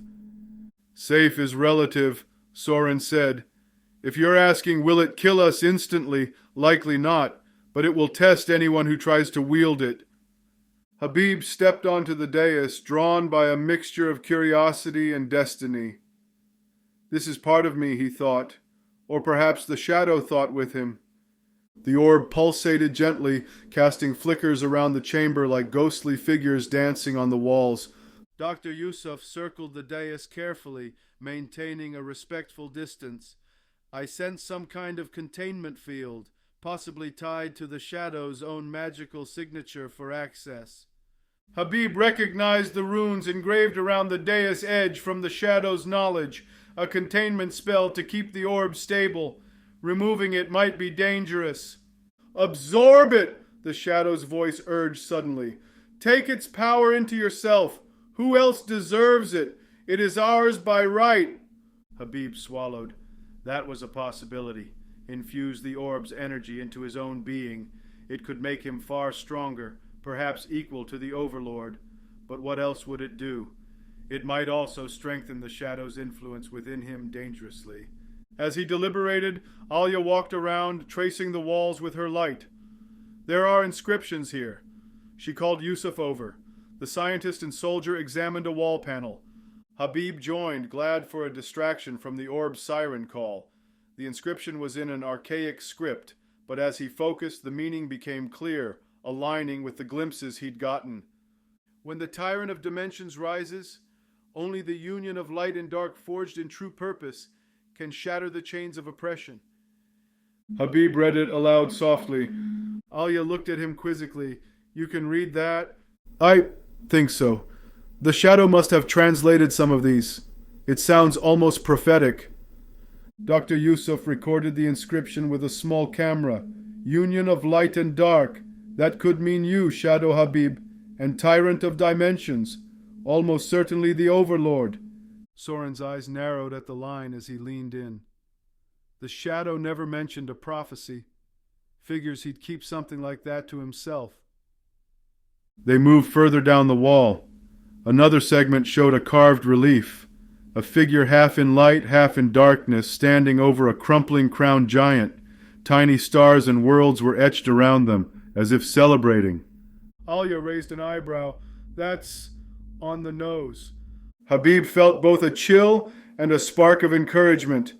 The carvings depicted exactly his situation. Could it be that this sanctum's creators foresaw a being like him? Soren cleared his throat. As fascinating as this is, we came for anything that might help us defeat the Overlord, not just fortune-telling. They resumed searching. On an altar beyond the dais lay a few objects. A dagger with a black blade, a dusty leather-bound tome, and a metal amulet inset with a purple crystal. Habib recognized the tome, the Shadow's personal grimoire of collected knowledge and spells. He opened it, pages flipped on their own to a marked entry scrawled in the Shadow's harsh handwriting.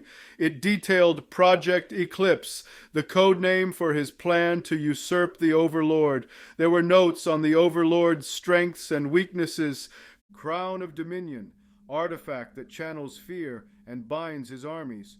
If destroyed, Overlord's forces will lose coordination. Overlord's life force tied to dimensional portals, sever connections to weaken him. Only a being wielding both light and dark can withstand the Overlord's psychic attacks. Habib shared the highlights. This is it. The crown is his weakness. Alia grinned fiercely.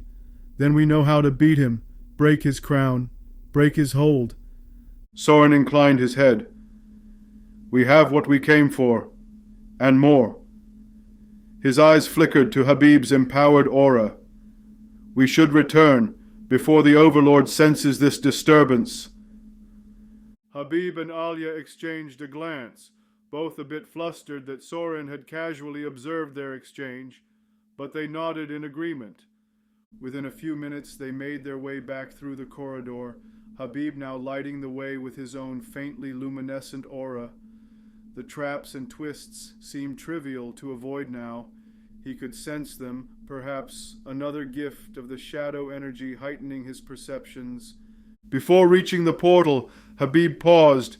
He turned back toward the dark chamber out of sight and offered a silent promise to use what he gained here not for selfish ends, as the shadow once intended, but to truly free those under the Overlord's yoke. The carving's prophecy weighed on him, but in a hopeful way.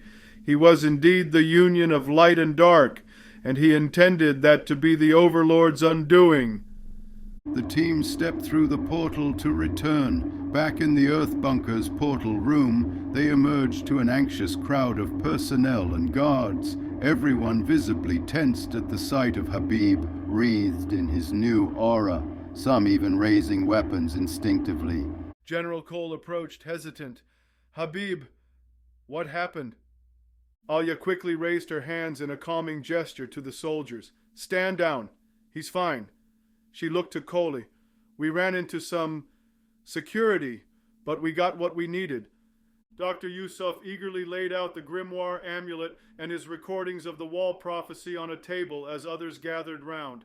Habib, dimming his aura to a faint flicker out of courtesy, summarized for the leadership. The sanctum held knowledge.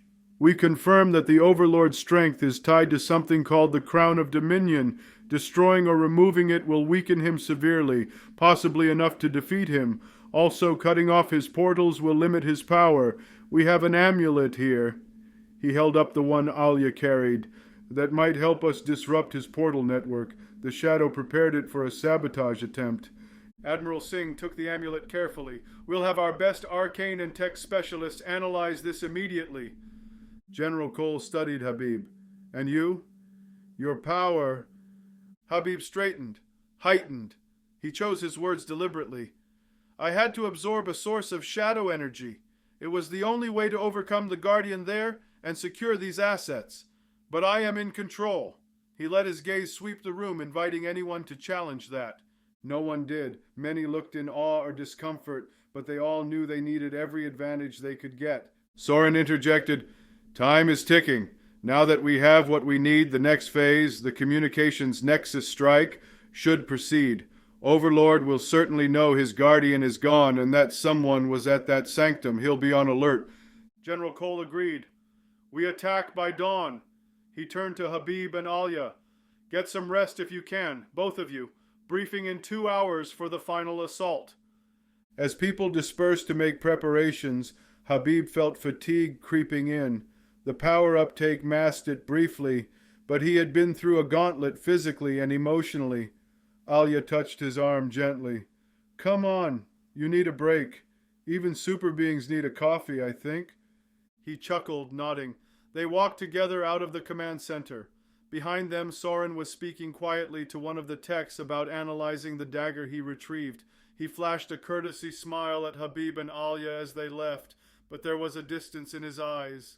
Habib and Alia found a quiet corner in a break room. She procured 2 cups of strong coffee. As he sipped, Habib sighed, feeling the warmth spread through him, in contrast to the chill of the sanctum. Alia regarded him over the rim of her cup. Soren being along, I don't like it. Me neither, Habib admitted, but we'll keep him on a short leash. The first sign of treachery... I'll put a bullet in him, she finished matter-of-factly. Then she sighed, shaking her head. Honestly, part of me wants to trust him. We could use every helping hand, but after what the Shadow and his ilk did to this city... Habib remembered well. Bombings, assassinations. Soren had orchestrated a massacre at a peace conference that cost many lives. He'll have to do a lot more than one assist to redeem that. They paused at a junction. Alia turned to face Habib fully. I also wanted to say, earlier at the harbor, you were incredible. Taking that blast to save those people. She bit her lip. You always carry so much weight on your shoulders. Habib shrugged a little self-consciously. It's what heroes do, isn't it? You don't have to do it alone, she said, echoing her words from the VTOL. Her hand hovered near his, not quite touching. In case you haven't noticed, you have me, us, now.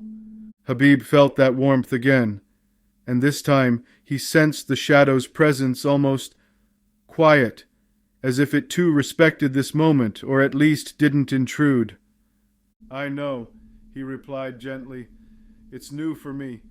I'm used to either doing it myself or not trusting anyone else to get it right. But having you there, he faltered a second, then found resolve. It makes me feel stronger, not weaker. I'm grateful, Alia. A faint blush touched her cheeks at the sincerity. She broke the intensifying gaze with a light laugh. Well, good. Just remember that next time you decide to play human shield. There was humor, but also genuine relief that he understood her concern. Before anything more could be said, Soren's voice echoed down the hallway. Am I interrupting? They turned to see the man lurking a few steps behind, arms folded. How long had he been watching? Alya's warm expression immediately hardened. What do you want, Soren? He raised his hands disarmingly. Only to inform our dear leader here that the portal coordinates for the sanctum are being programmed now. We leave within the hour. He smirked slightly. Don't be late. Habib frowned as Soren sauntered off. Alya muttered under her breath about putting a tracking chip in him. The next hour was a blur of preparation. Habib meditated briefly to center himself, communing in a sense with both halves of his soul. He felt their uneasy balance, but also a growing synergy as they pursued a common purpose. For once the shadow voice didn't taunt or resist. Perhaps the prospect of returning to his sanctum had him contemplative. Alya double-checked weapons and gear, and perhaps at Habib's subtle urging, strapped on a lightweight body shield generator for extra protection. Dr. Yusuf loaded a pack with scanning equipment and some mystical detection gear borrowed from Renault's lab. Soren donned tactical armor provided by the base, his old garb considered too untrustworthy-looking for the team's comfort. He kept only a curved dagger of his own, oddly ceremonial but likely deadly. Soon the portal ring glowed anew. General Cole and Admiral Singh oversaw the departure. Get what we need and get out quickly, Cole said. Habib met the general's eyes, both understanding the subtext, and watched Soren. With a final nod, Shadow Habib, Alya, Soren, and Yusuf stepped into the portal's shimmering surface, bound for the Shadow's secret realm, and whatever awaited them there. As the light swallowed them, Habib felt Alya's hand briefly brush against his, just a fleeting contact, reminding him that she was there by his side in even the darkest of places they might go. He held on to that thought as the world twisted and they vanished into the unknown once more. Chapter 7. Betrayal and Loss. The Allied strike force plunged out of the portal into the Overlord's domain. They emerged into a dim, cavernous hall of black metal and crackling energy conduits, the heart of the Overlord's communication nexus. Sirens wailed as the intruders fanned out, weapons raised. Shadow Habib led the way, amber aura illuminating the darkness. Beside him, Alya advanced in a low stance, eyes scanning for threats. Behind them, General Cole and Admiral Singh directed squads of Earth soldiers and Nydran fighters who had joined the assault. Zara herself had come, her armor patched and her sword ready, leading a handful of Nydran volunteers with grim resolve. This way, Soren urged, surprisingly authoritative as he pointed deeper into the complex. The central hub is ahead. We overload it, and the Overlord's communications and portal coordination will collapse. They pressed forward down a wide corridor, lined with towering server pillars that hummed with energy. The strike had caught the enemy off guard. Only scattered resistance met them at first. A few robotic sentries were swiftly cut down by focused rifle fire and Shadow Habib's searing bolts of light.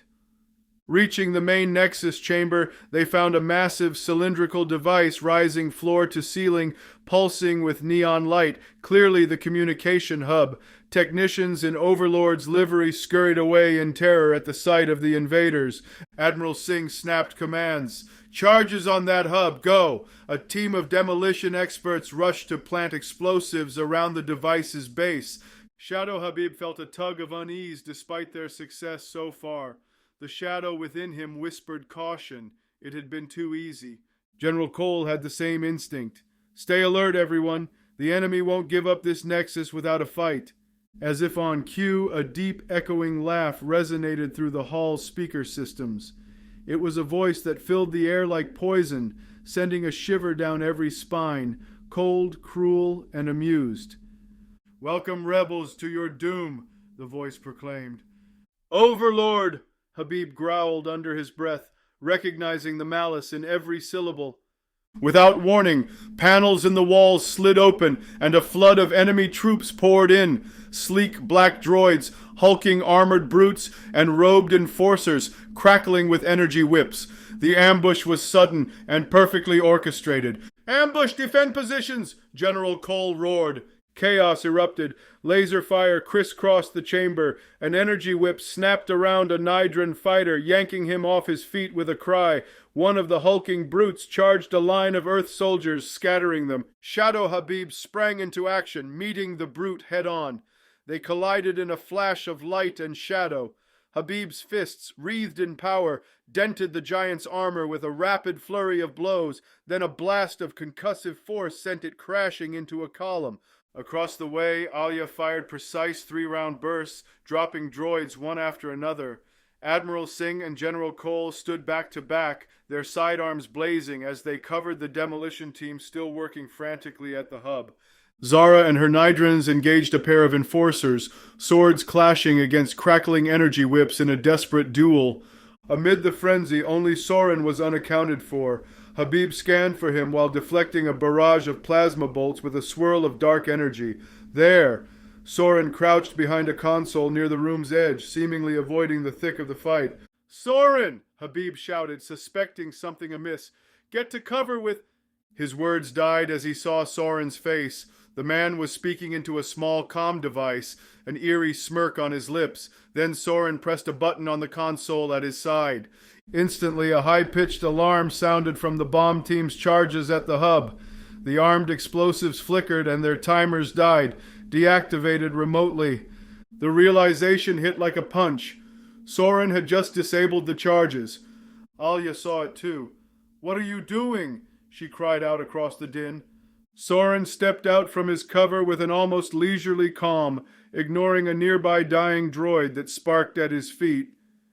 "Changing the terms of our agreement," he announced, voice cutting through the noise. General Cole's eyes widened in fury and betrayal. "You traitorous snake!" Before he could finish, Soren raised his pistol and shot one of the Earth demo soldiers in the back. The man crumpled over the charge he was inspecting. A heartbeat later, Soren fired again, this time hitting Admiral Singh square in the side. The Admiral gasped, staggering.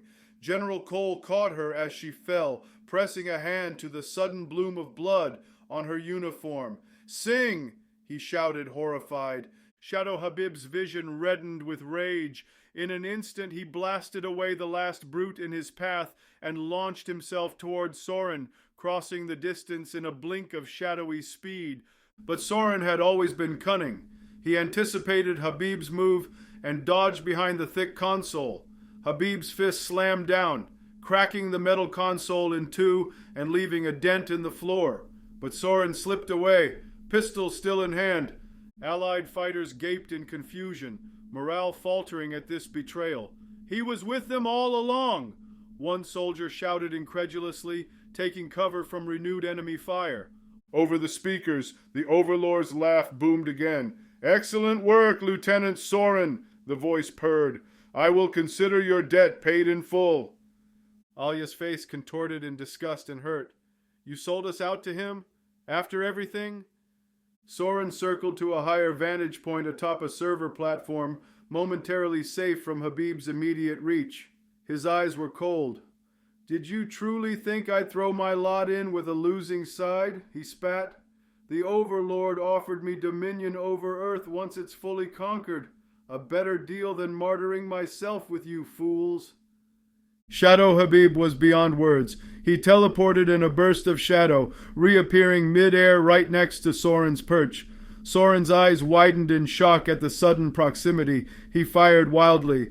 A bolt grazed Habib's cheek, singeing it, but Habib ignored the pain. He grabbed Soren by the throat and lifted him effortlessly, dangling him over the edge of the platform. Soren choked, dropping his pistol to clutch at Habib's iron grip. Below, the battle raged on, but several on both sides paused, transfixed by the confrontation above. "You betrayed us all," Habib said, voice low and quivering with fury. Amber light flared around him, mixing with tendrils of black, his anger barely contained. Soren managed a strangled laugh, though fear flickered in his eyes. This is war. Habib, he rasped, you of all people should know. Trust is a luxury. Habib's mind flashed through every ounce of trust he'd given Sorin, reluctantly, yes, but given nonetheless. He thought of Admiral Singh, likely mortally wounded because of this man's treachery. The shadow inside clamored for vengeance, urging him to crush Sorin's neck and be done with it. Below, Admiral Singh lay in General Cole's arms, pale and gasping. She mustered strength to tap her comm and hiss into it. Charges, rearm manually, finish the mission. Then her eyes glazed and her hand fell limp. The Admiral went still. General Cole bowed his head over her body, grief and rage contorting his face. The sight pushed Habib closer to the edge. His grip tightened. Sorin gurgled, feet kicking in the air. Habib! That voice, Alia's, cut through the red haze of his wrath. He glanced down. On the ground, Alia looked up at him, bleeding from a cut on her brow but still fighting, concern etched on her face even amid battle. Don't, it's not worth it, she pleaded. For one crucial moment, Habib hesitated. She was right. Execution in anger would make him little better than the villain Sorin was. But Sorin misread the pause as weakness. With a last burst of malice, he hissed, "Always so soft, hero." His hand slipped to a hidden blade at his belt. In one swift motion, he stabbed upward at Habib's side. The blade bit, finding a gap in Habib's suit under his ribs. Habib gasped as pain lanced through him. Reacting on instinct, he unleashed a point-blank blast of shadow energy from his hand that still clutched Sorin. The energy tore through Sorin and flung him from Habib's grasp like a rag doll. Sorin's body hit the floor of the chamber below with a thud and lay still, wisps of black smoke rising from his form. The treacherous lieutenant moved no more, eyes staring sightless at the ceiling. Habib landed on the floor not far away, one hand pressed to the stab wound at his side. It burned, but his enhanced strength kept him upright. Alia was at his side in seconds, dispatching a droid that lunged at them with 2 quick shots. "You're hurt," she said urgently, tearing a strip from her sleeve and pressing it to the wound. "I'll live," Habib winced, covering her hand with his briefly. There was no time for more. The battle still raged, and the Overlord's mocking presence hung in the air, and that presence now manifested in the flesh. Atop the communication hub, a portal of swirling red opened like a bloody eye. Through it descended a towering figure cloaked in obsidian armor and a tattered cape of midnight blue. His face was hidden by a horned helm, but in his gauntleted hand he wielded a scepter crowned with a black spiked circlet, the crown of Dominion itself, gleaming with malevolent light. Overlord Malachar had arrived. An unnatural hush fell as allies and enemy alike turned to behold their master. Those nearest to the Overlord seemed to falter as if pressed down by an invisible weight. The aura of despair and dominance he exuded. General Cole gently laid Admiral Singh's body aside and stood, fury in his eyes. "Overlord!" he roared, emptying his sidearm futilely at the armored giant. The bullets sparked off a kinetic shield around Malachar, not even causing him to flinch. Malachar surveyed the room, then laughed, a sound of pure contempt. "Pitiful rebels," he intoned, voice echoing unnaturally, as if a chorus of others spoke with him. "You thought to challenge me in my own citadel." Shadow Habib stepped forward, Alia helping him stand steady. He summoned his power, letting amber light wreathe his fists. "Your reign ends here, Malachar." The Overlord's masked visage turned toward him. Though his eyes were hidden, Habib felt an intense gaze, penetrating and cruel. "Ah, the fusion of light and shadow, my servants whispered of you." Malachar's scepter glowed as he leveled it at Habib. "I sense the darkness in you, creature. Did you really think embracing it would make you my equal?" Habib braced, recalling the prophecy and all his training. "Not equal, your destroyer," he retorted. Malachar snarled. Without further preamble, he unleashed a blast from his scepter. A wave of crackling black energy, laced with screams of tormented souls, surged forward. Habib threw up a shield of interwoven light and dark. The blast slammed into it, sending spiderweb fissures through his barrier and driving him back several steps. It felt as if a mountain crashed against him. Alia was blown aside by the shockwave, hitting a broken pillar with a cry. The remaining Allied fighters opened fire on the Overlord in desperation. Nidran plasma bolts, earth rifles, even a shoulder-mounted rocket from a surviving soldier all converged on Malachar. But the crown of Dominion atop his scepter flared. The incoming attacks dissolved into harmless sparks against the Overlord's aura. With a sweep of his free hand, Malachar sent out a telekinetic pulse. Soldiers were tossed like leaves in a gale. General Cole was hurled into a wall and slumped, dazed. Zara and two of her fighters were knocked flat, struggling to breathe under the crushing psychic pressure.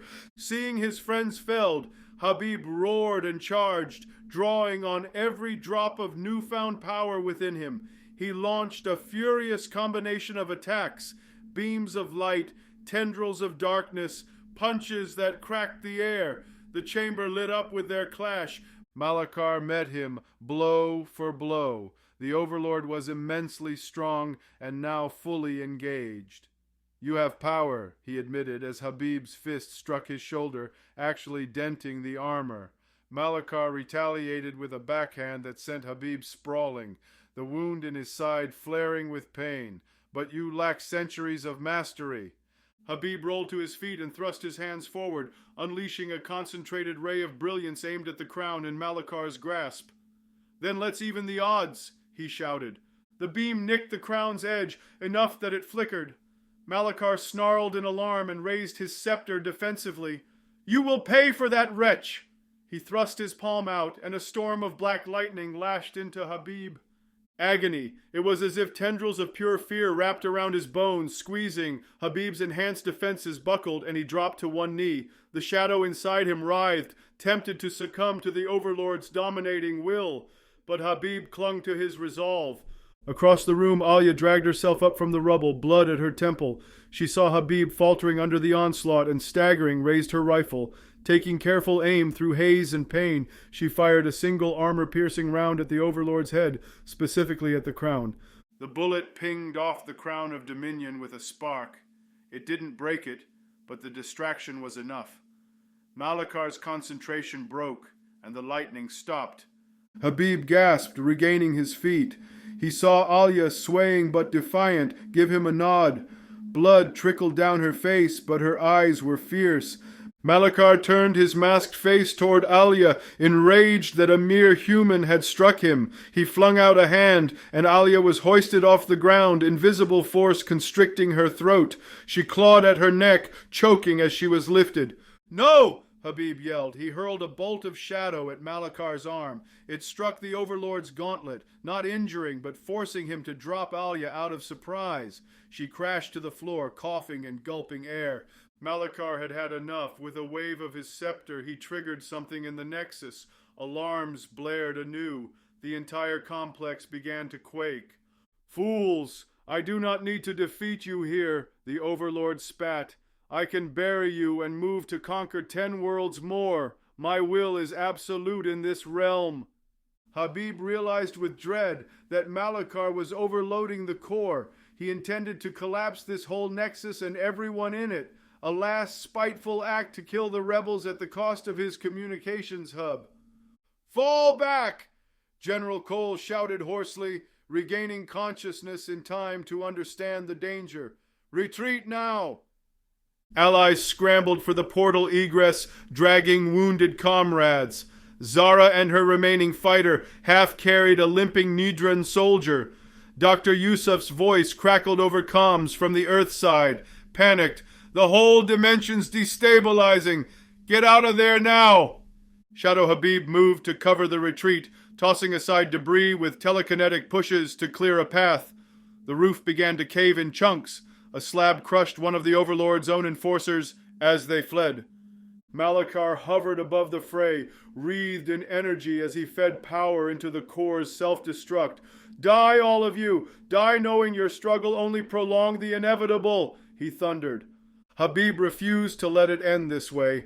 He looked to Alia, who was helping a dazed General Cole move Admiral Singh's body towards the portal. She paused, eyes locking with his. "Habib, come on!" she screamed over the cacophony.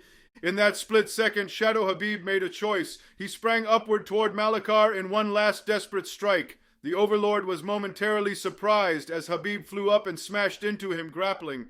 If he could stop Malakar or even shove him into the collapsing core. But Malakar recovered quickly. With a contemptuous swipe of his arm, he deflected Habib's grip and then swung his scepter, the crown blazing. The scepter's end struck Habib like a battering ram, sending him hurtling down. He hit the floor hard, vision flashing white for an instant. Something in his left arm cracked, broken, but he grit his teeth against the pain. Above, Malakar's cloaked form began to fade as he activated a personal portal to escape the destruction.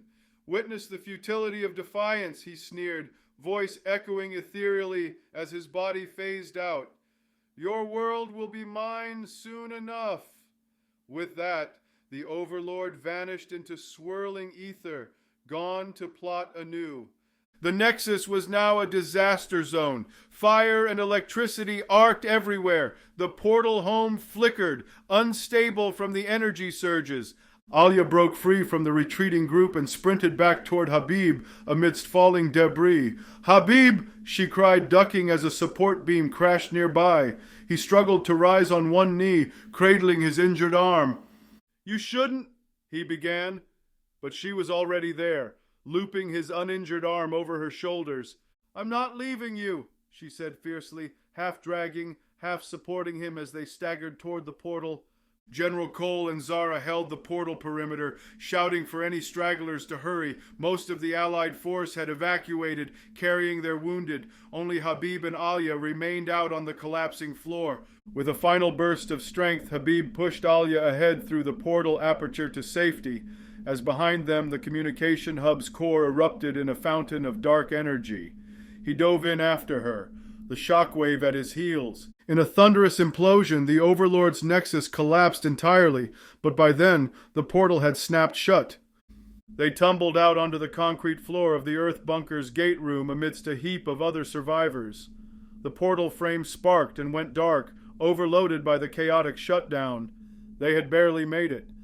Habib rolled onto his back, chest heaving, pain from his injuries finally washing fully over him now that adrenaline ebbed. Alia lay beside him, coughing but alive. Around them, medics rushed to tend to the wounded. The cries of injured soldiers and the somber silence of those who carried Admiral Singh's lifeless form filled the air. General Cole leaned heavily on a crate, a bloodied bandage around his head, eyes hollow with grief and anger. Zara sat on the floor, cradling the body of one of her fallen compatriots, tears cutting paths through the dust on her face. They had escaped, but the cost was shattering. Habib slowly sat up, ignoring the flare of agony from his broken arm and other bruises. He looked around at what remained of their strike force, battered, mourning, fearful. Soren's betrayal had nearly doomed them, and the Overlord had escaped largely unscathed, his crown intact. Alia squeezed Habib's hand, which trembled with fatigue and anger. "We lost the Nexus, and Admiral Singh." Her voice broke. Habib bowed his head, guilt and despair threatening to overwhelm him. "It was a trap from the start," he said bitterly. "He knew we were coming. Soren fed us to him." General Cole approached, limping. There was blood on his uniform that wasn't all his own. He looked far older than his years at that moment. "We'll mourn the dead later," he said hoarsely, grief tempered by resolve. "Right now we need to regroup. The Overlord will surely retaliate swiftly after this." Habib nodded numbly. The Overlord's mocking words still rang in his ears. The lowest point of their journey had arrived. Allies slain, trust betrayed, and their enemy still looming large. He took a shuddering breath. "I'm sorry," he murmured, voice cracking, unsure if he apologized for Soren's betrayal, for the lives lost, or simply for not winning the day. Alia leaned her forehead against his temple gently, a rare open display of affection and comfort. "We'll get through this," she assured him softly. You're not alone, Habib. We'll get through this together. Around them, as medics administered aid and commanders tried to rally their scattered forces, a somber silence fell. The triumph of earlier victories had faded into uncertainty. Shadow Habib closed his eyes briefly, pushing back tears of frustration and sorrow. In the darkness behind his eyelids, he saw the prophecy carvings again and the faces of all who were counting on him. The journey was not over. There was one more chapter yet unwritten. But it was clear. To win, they would have to recover from this crushing blow, stronger and more united than ever, and Shadow Habib would have to fully embrace not just his power, but also the hope that had kept them fighting, if he was to lead them out of the despair of this night and into the dawn of victory. Chapter 8. Unity of One.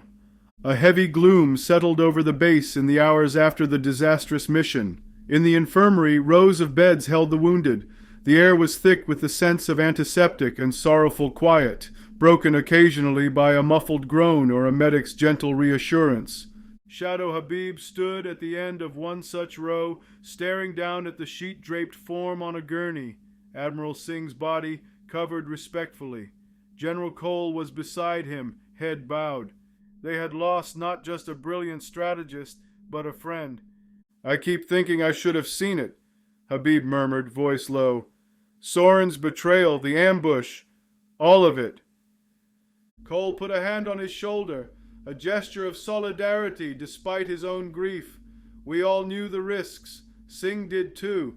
She died fighting for what she believed in." Habib swallowed, guilt and anger swirling inside him. The shadow part of his soul seethed, whispering that trust was weakness, that only ruthless action would prevail. He shut his eyes, fighting those thoughts. Across the room, Alia sat beside a bed where a young soldier slept under sedation, burned bandages covering his arms. She looked exhausted, a dark bruise on her cheek, but when her eyes met Habib's, she mustered a tiny encouraging smile. Habib left Cole's side and walked over to her. Without a word, Alia reached out and took his hand, squeezing it firmly. They both took comfort in the simple contact. A clatter of crutches announced Dr. Yusuf limping in, his ankle twisted in the portal escape. Behind him was Zara, her face still streaked with tears, but standing tall. Zara spoke first. "We've just finished transmitting a message to Nidra," she said. "Told them what happened. Our people mourn with yours." She placed a blue-skinned hand on Habib's forearm. "My father also sent us saying, 'The night is darkest before the dawn.' He wants us to not lose hope." Habib managed a faint nod. He wished he could feel that hope, but right now his heart felt like lead. "Thank you," he said softly. General Cole cleared his throat, gathering everyone's attention. "I know it's hard, but we need to discuss our next steps. The Overlord will move quickly. Our scouts report increased portal activity around Earth's orbit. We suspect he might attempt a direct assault soon, hoping to capitalize on our momentary disarray." Alia straightened. "Then we must rally. Right now. If he thinks we're broken, we need to prove him wrong." Her resolute tone lit a small spark in Habib's chest. He looked around at the faces of those here. Cole's battle-hardened determination, Alia's unwavering loyalty, Zara's fierce resolve, Yusuf's anxious but earnest gaze. They were battered but not beaten. Still doubt gnawed at him. Maybe I should face him alone," Habib said quietly, surprising them. "The prophecy, the power I carry, it might be my destiny to confront Malachar. There's no need for anyone else to die." His voice faltered. He couldn't bear more loss on his conscience. "No." Alia's response was immediate and firm. She rose to her feet, still holding his hand. "Don't even think that. We're all in this together." Zara nodded. "We did not follow you just to abandon you at the end. Each of us has our part." Cole's gruff voice softened. "Son, I understand the impulse. But if you go alone and fall, then everything falls. We stand a better chance united." Habib felt emotion well in his eyes. After Sorin's treachery, part of him feared that others might lose faith in him or blame him. Instead, They were steadfast. The shadow within him, initially encouraging isolation and anger, grew quiet, almost humbled by such loyalty. Just then, a comm officer knocked on the infirmary doorframe. "Sir, urgent communique from the Allied fleet, and from Nidra as well. You're going to want to hear this." They reconvened in the communication room. On the primary screen flickered multiple video feeds. Captain Ruiz of an Earth orbital defense station, injured but alive, reporting that despite earlier losses, surviving ships had regrouped and were ready to fight. An image of Solon, Zara's father on Nidra, broadcasting that 3 of their retrofitted ships had successfully dimension jumped and were en route to Earth with volunteer fighters. Even a surprise call from a distant rebel cell on another world that had heard of Earth's stand and now pledged to sabotage Overlord supply lines in their sector concurrently. One transmission came from a scarred alien warrior with crystalline skin who introduced herself as Commander Rhea of Kelmar, a world long oppressed. "Your bravery lit a signal fire," she declared. "Kelmar's resistance will launch an uprising to coincide with your next strike. The Overlord will have chaos on every front." Each message built upon the last.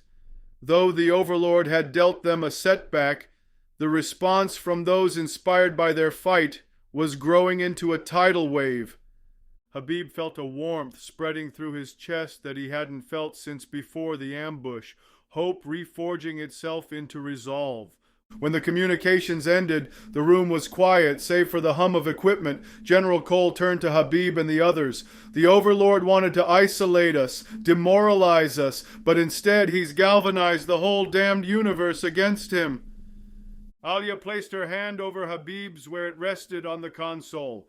"We have more allies than ever, and we still have what we learned from the Sanctum, the Crown of Dominion. We can target it."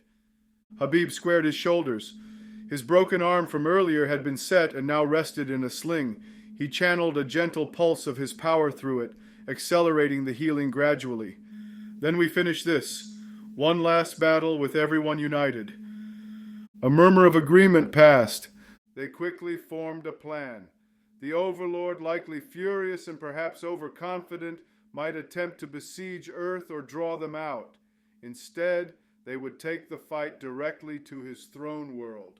A bold strike aimed at the Overlord himself and his crown. General Cole would coordinate Earth's defenses and keep a reserve force to protect against any diversionary attacks. Shadow Habib would lead an assault team through a portal to Malakar's citadel, accompanied by Alia, Zara with her Nidran warriors, Commander Rhea's Kelmar contingent, and any other elite fighters willing to storm the gates. Dr. Yusuf and Professor Renault, on comms, would assist from the bunker to maintain portal stability and disrupt Overlord communications using the stolen amulet.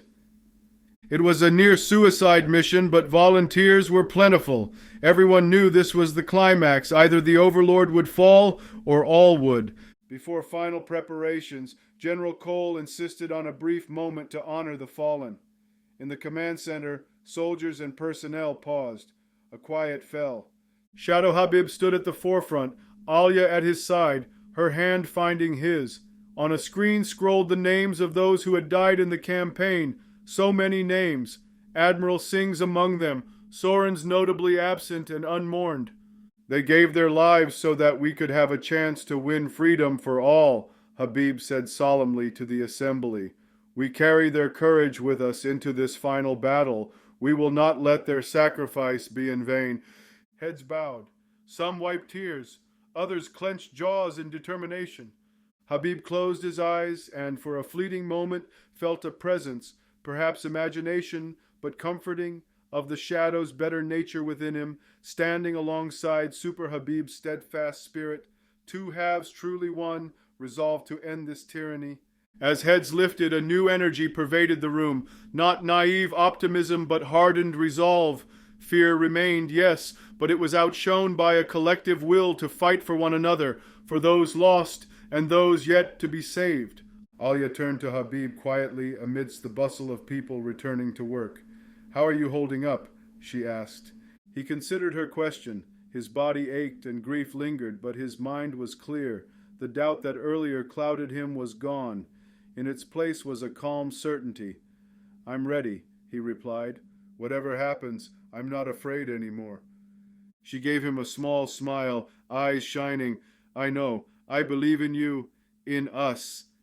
In a rare moment of peace amid chaos, Habib gently drew Alia into a brief embrace. It startled her only for an instant before she melted into it, wrapping her arms around him carefully so as not to disturb his sling. No words were needed.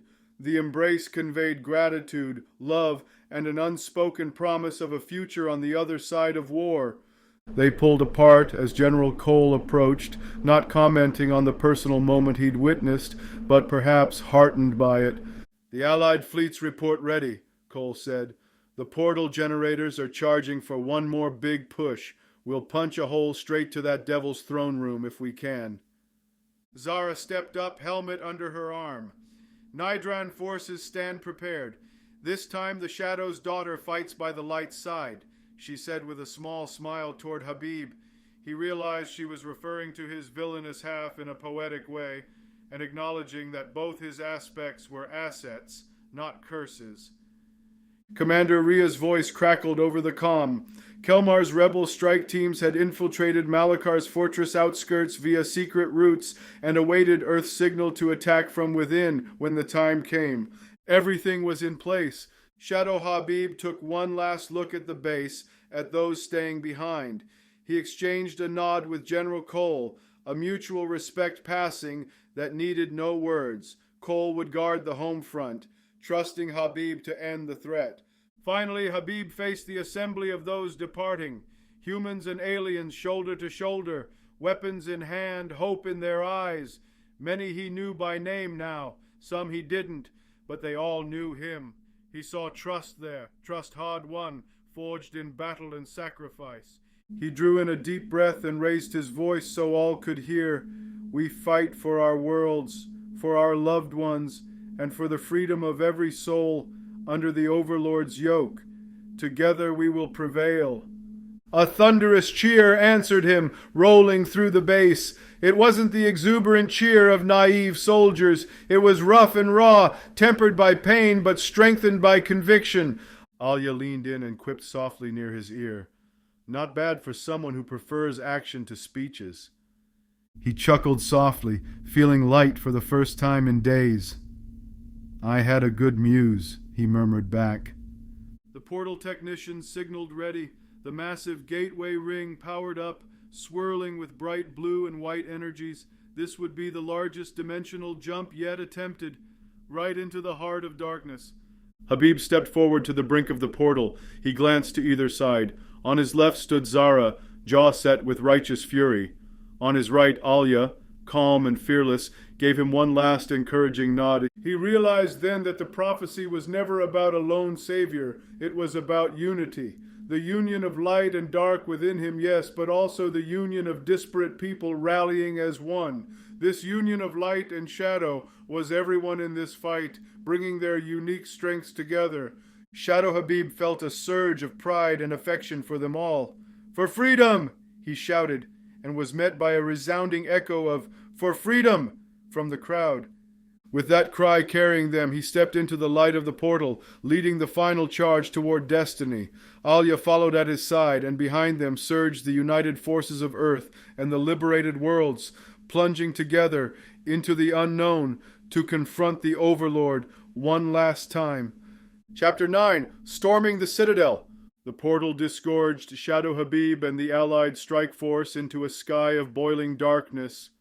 Overlord Malakar's dimension was cast in eternal night, lit only by rivers of crimson energy that snaked through the black clouds above. Jagged obsidian spires jutted from a barren plain. In the distance, looming like a malevolent mountain, rose the Overlord's citadel, an immense fortress of black stone and metal, crowned with spiked towers that crackled with power. They had arrived at the doorstep of evil. Instantly the Allies came under fire. Malakar's fortress defenses flared to life. Bolts of searing red energy lanced out from battlements, and swarms of armored drone flyers poured into the sky. Go, go, go! Alia shouted, leading her squad to fan out from the portal's landing zone, taking cover behind rocky outcroppings. Energy bolts scorched the ground around them, throwing up plumes of dust. From overhead came roaring engines. 2 Nydran strike ships, jury-rigged for war, screamed in and returned fire on the battlements, missiles peppering the fortress walls. One ship took a direct hit from a citadel cannon and spiraled into a crash, but the other swooped low, disgorging Kelmarian shock troopers who joined the fray on the ground. Commander Rhea emerged from that second ship, rallying her crystalline-skinned fighters. They raised energy shields that shimmered blue, providing mobile cover as they advanced.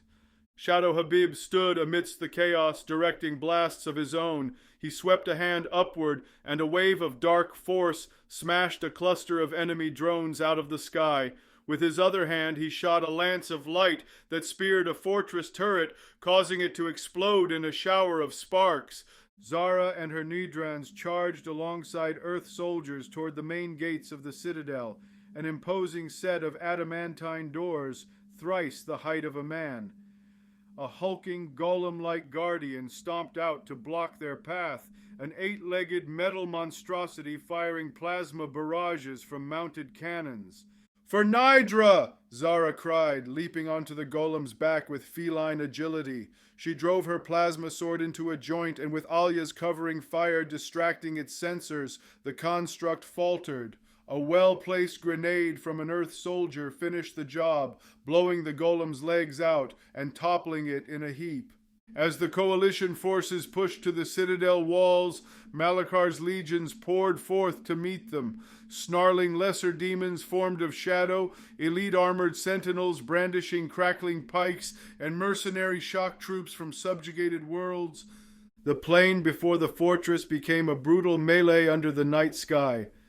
Allied tanks, hovercraft from Earth and skimmers from Kelmar, traded fire with enemy walkers.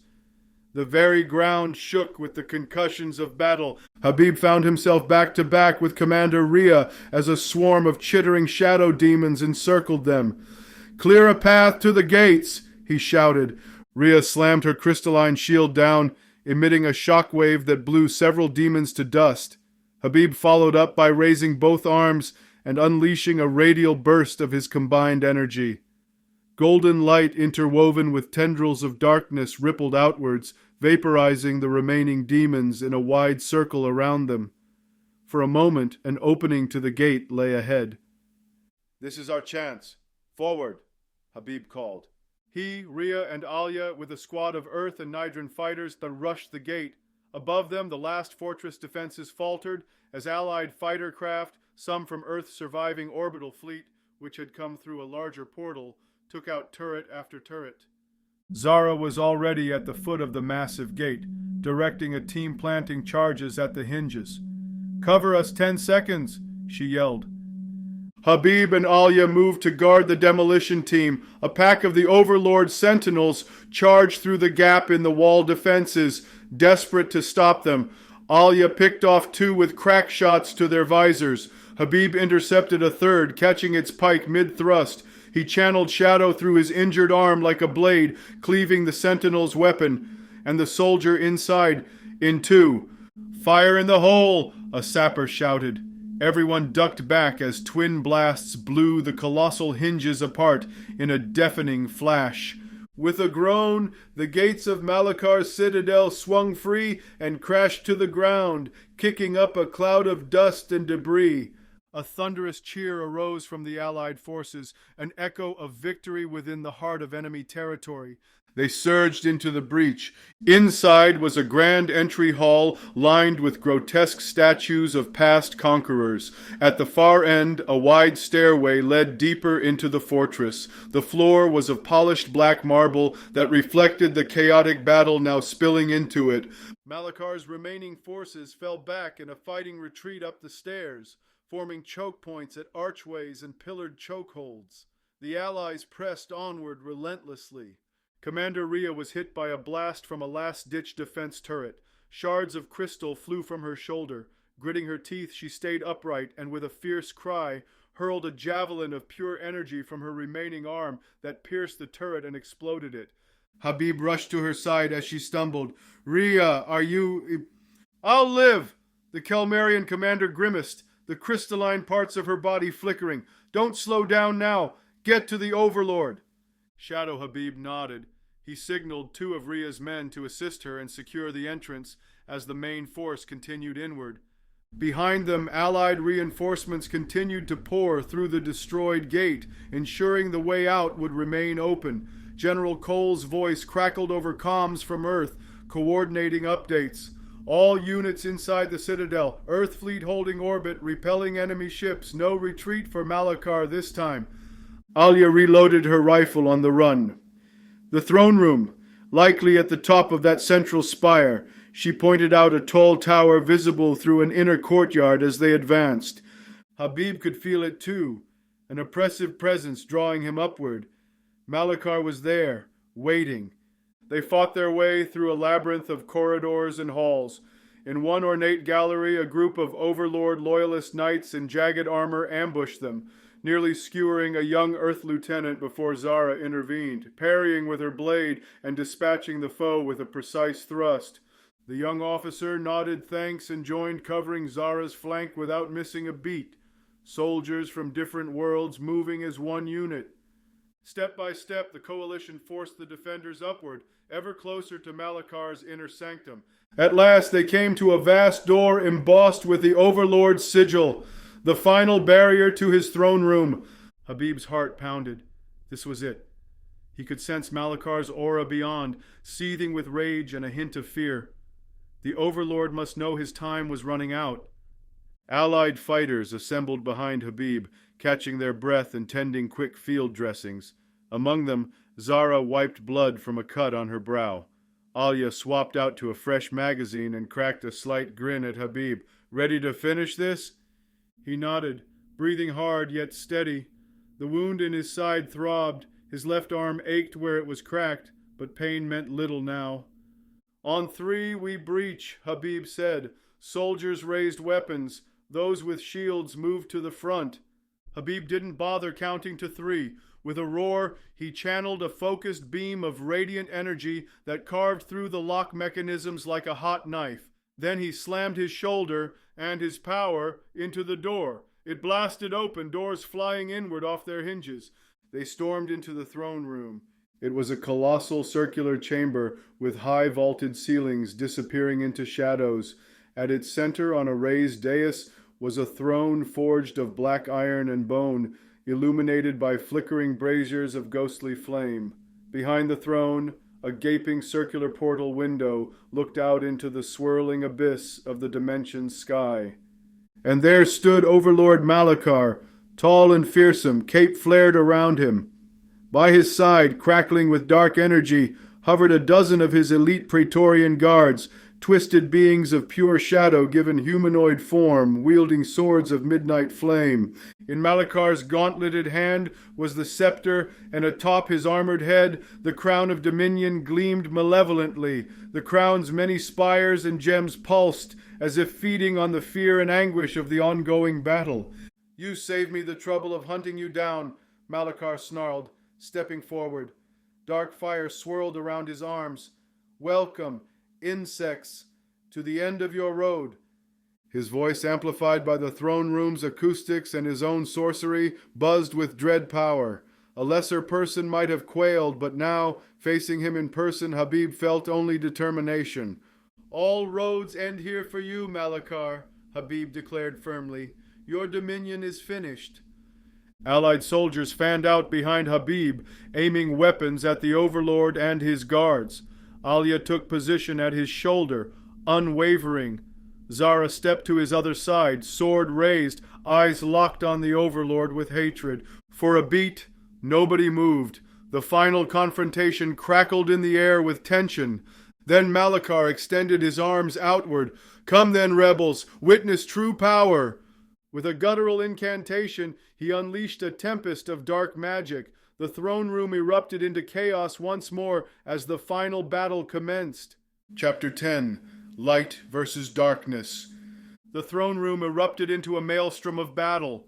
Overlord Malakar's Praetorian guards surged forward like wraiths, their blades of dark fire slashing at the intruders. Allied fighters met them head on. Zara parried a flaming sword with her plasma blade, struggling against a guard whose shadowy form writhed and reformed even as she struck it. An Earth soldier beside her thrust a pike through the guard's midsection, momentarily dispersing it into smoky tendrils. Commander Rhea, injured but unyielding, mustered her Kelmarian troops into a defensive line, their energy shields fending off blasts of necrotic magic cast by Malakar. Atop the dais, Overlord Malakar lifted his scepter and bellowed an incantation. The crown of dominion on his brow pulsed, its jewels flaring with dreadful light. A wave of sheer terror rippled out from him. Several allied soldiers cried out and fell to their knees, overwhelmed by sudden dread. Even Zara stumbled, haunted by unseen fears. Commander Rhea's usually fierce eyes went wide, her confidence faltering as nightmares clawed at her mind. Shadow Habib felt it too, a clawing horror dredging up every doubt, every guilt he carried. Soren's dying sneer, Admiral Singh's lifeless eyes, the fear of failure, all assailed him at once. His knees threatened to buckle. "This is his power," the shadow within hissed, recoiling. "The fear of billions, weaponized." Habib's vision swam. In the periphery he saw Alia drop her rifle, clutching her head with a whimper. She sank down, fighting sobs, no doubt seeing horrors of her own. Number he would not let this break them. Gritting his teeth, Habib slammed his fist against the marble floor, channeling a shock of light that radiated out and disrupted the psychic wave around him. The gold-tinged energy provided a pocket of clarity. He staggered to his feet and hauled Alia up with his good arm. Her eyes were glassy with tears, but as he touched her, his aura enveloped her too, and she gasped, fear receding. "I'm here!" he said firmly, meeting her gaze. She nodded, steadying, fear turning to anger. Habib extended his aura further, pushing back against Malakar's terror field. Like a lantern in darkness, his presence gave heart to those around him. Zara shook off her dread and snarled at the guard she fought, renewing her attack with vigor. Rhea regained her composure, rallying her troops through the psychic assault. Malakar's helmeted head tilted, as if annoyed his tactic was being countered. He clenched his fist and the crown flared again. This time a focused bolt of black lightning shot from the crown's largest gem straight at Habib. Habib barely raised a shield in time. The bolt struck his interwoven light-dark barrier, sending cracks through it and knocking him back. He cried out as the force sent him skidding across the floor. Alia rushed to his side. Sensing weakness, Malakar's shadow guards converged on Habib and Alia, determined to eliminate the greatest threat to their master. Commander Rhea interceded. With a battle cry, she and two of her warriors formed a protective wedge, shields raised.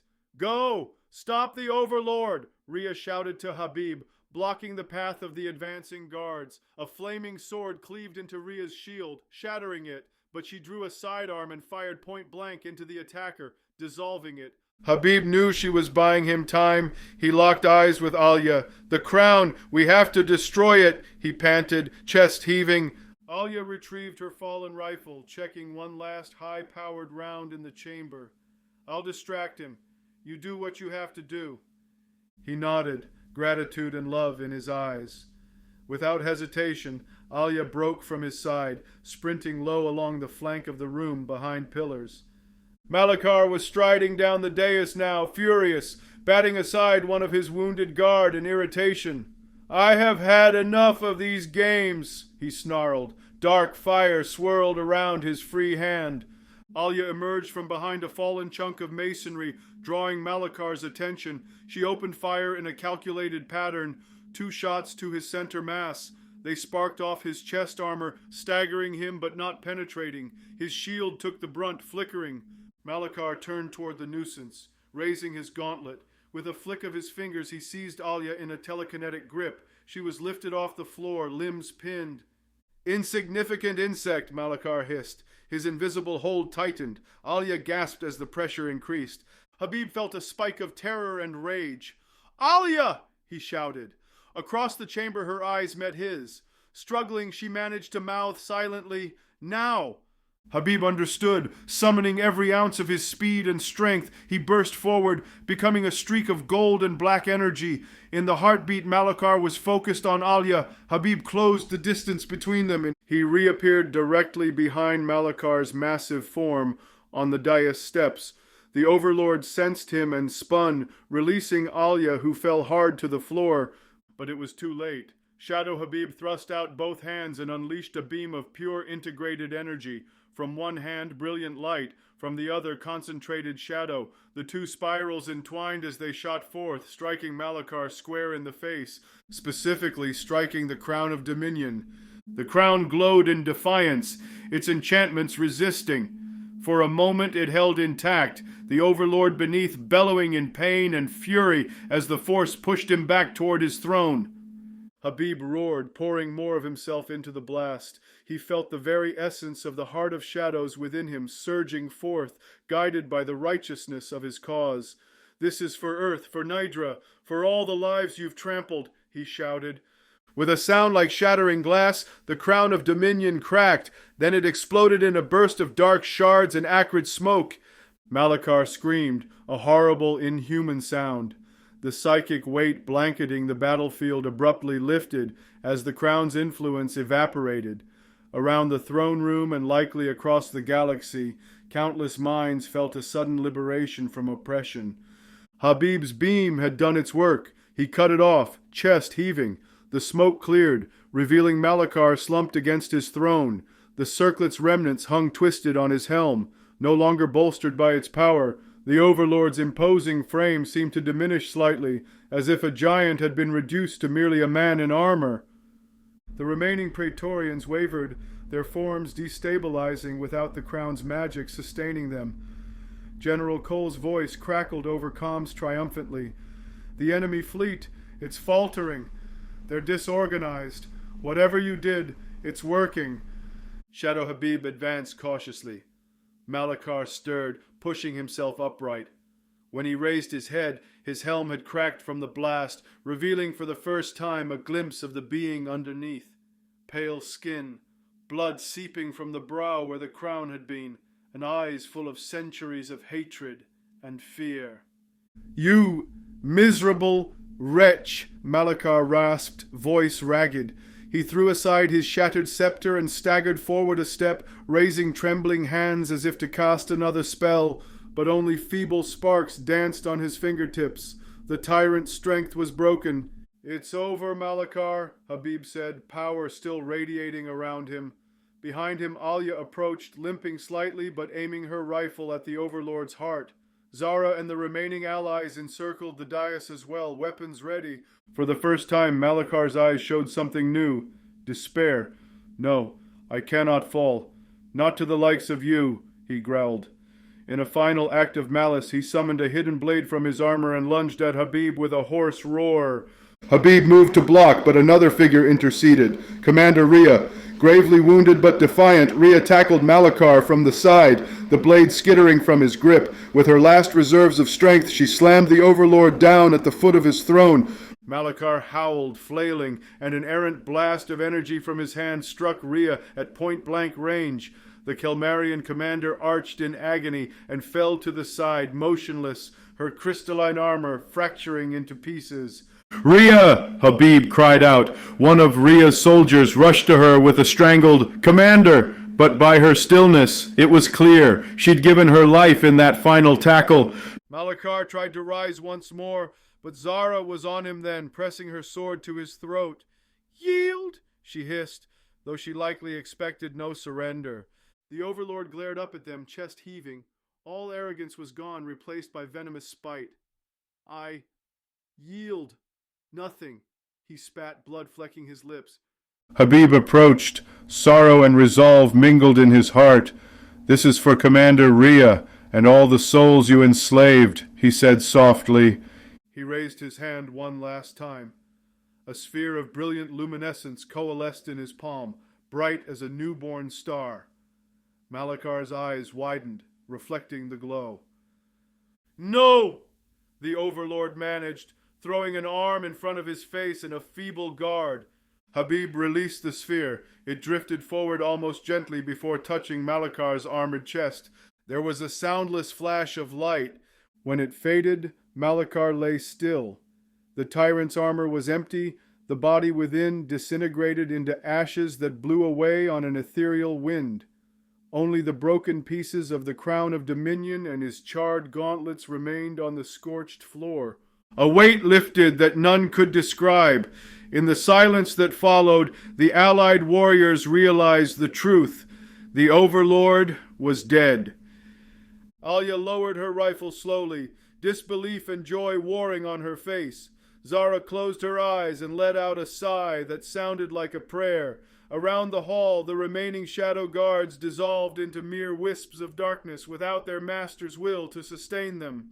Outside, the great armies of the Overlord were crumbling into disarray. Reports flooded in of surrendering crews, liberated cities, panicked retreat of once invincible fleets. But one danger loomed yet. The fortress began to shudder violently. Without the Overlord's power maintaining it, his dimension, artificial and sustained by his dark magic, was collapsing. Cracks appeared in the walls and floor. Chunks of the ceiling fell, smashing statues and sending allies ducking. "We have to go," Alia yelled, moving to Habib's side and grabbing his uninjured arm. Habib stooped swiftly to pick up one fragment of the Crown of Dominion, the largest piece as a testament to their victory, then allowed himself to be pulled along. Zara and her fighters were already carrying Commander Ria's body and helping wounded comrades. "Fall back to the portal," Zara commanded. They raced out of the throne room as pillars toppled around them and the ground split with glowing chasms of raw energy. The Allied forces retreated the way they came, retracing their path through the citadel as it literally unraveled. Habib lagged a step, looking over his shoulder one last time at the throne. The seat of tyranny collapsed into rubble as he watched. The shadow within him was silent, as if in reverent awe or perhaps simply at peace. Alia tugged him urgently. "Come on!" He turned and ran, catching up to the group. In the entry hall, a new problem presented itself. The portal they'd used to arrive was flickering wildly in and out of existence, destabilized by the dimension's collapse. Outside, the sky was ripping apart, gouts of red energy erupting from the ground. General Cole's voice came through faintly on comms. "Portal is failing! Get through now or you'll be stranded!" Shadow Habib gathered the last fighters. "Everyone through the gate. Go!" One by one, rebels and soldiers dived into the stuttering portal. Zara pushed two of her wounded ahead of her, then looked to Habib. "You first," she insisted. Habib shook his head. "Not until all are out. Go, Zara." The Nidran leader held his gaze for a split second, then gave a sharp nod and leapt into the glowing rift. Only Habib and Alia remained now. The portal shrank to half its size, sputtering arcs of energy. Alia grabbed Habib's hand. They were out of time. Together they sprinted and hurled themselves into the light just as the fabric of Malakar's world began collapsing inward. With a thunderous boom and a blinding flash, the portal imploded behind them. For an instant, Habib felt nothingness tugging at his heels. Then solid ground hit his body, and he tumbled across the bunker floor on Earth. They made it. Around them, soldiers were cheering wildly despite exhaustion and wounds. Those who remained on Earth embraced returning comrades, or cried out in relief for friends, thought lost. Habib rolled onto his back, chest heaving, and found Alia beside him in a similar sprawl. Catching her breath, she turned her head toward him. Soot and sweat streaked her face. A cut above her eyebrow bled, but her smile was radiant. "We did it!" she whispered, almost disbelieving. Shadow Habib nodded, hardly able to form words as adrenaline gave way to overwhelming emotion. "It's over," he managed, voice breaking. Alia reached over and entwined her fingers with his, right there on the floor amid the commotion. Habib squeezed back, closing his eyes as a tear of profound relief escaped down his cheek. Overlord Malakar was no more. The battle was won. Now at long last, dawn was breaking on a new era of freedom. Chapter 11. Liberation. Sunrise over Earth came with a new sense of serenity. The day after the Overlord's fall dawned bright and clear, as if the very world felt lighter. Across the globe and on many other worlds, celebrations erupted as news spread that the tyrant was dead and dimensional oppression had ended. In a massive plaza in the heart of the city, beneath banners of the United Worlds, Shadow Habib stood before a gathered crowd of thousands. He wore a simple uniform now, his tattered battle suit replaced, and his arm in a sling, but to the cheering masses he looked every bit the legend he had become, the savior born of light and shadow. Alia stood at his side in full dress uniform, a few bandages visible on her face, but smiling proudly. General Cole was there too, straight back despite a cane for his injuries, and Zara of Nidra in a place of honor, her people's sun emblem held high. Survivors from Kelmar, those who returned carrying Commander Ria's memory, stood with heads bowed in respect. As the crowd quieted, General Cole stepped forward to a podium. His voice carried firm and clear. Citizens of Earth, allies from afar, today we stand free. A roar of approval, then silence as he continued. We remember the fallen, those who gave their all to achieve this victory. Admiral Singh, Commander Ria of Kelmar, and countless brave souls from many worlds. Their sacrifice will forever be honored. Heads bowed in a moment of silence, Habib closed his eyes, picturing the faces of those lost, Singh's warm smile, Ria's determined gaze, even the Shadow's face as he once was, the man whose darker path had ironically led to this brighter day. General Cole then announced, voice swelling with emotion, "It is my honor to present to you the heroes who led us to victory, in particular one without whom none of this would be possible." He turned and gestured to Shadow Habib, a being who showed us that strength and compassion together can overcome any darkness. Shadow Habib. The crowd erupted in applause and cheers. Chants of "Shadow Habib! Shadow Habib!" rose, echoing off the buildings. Habib flushed slightly, humbled by the adulation. He stepped to the podium.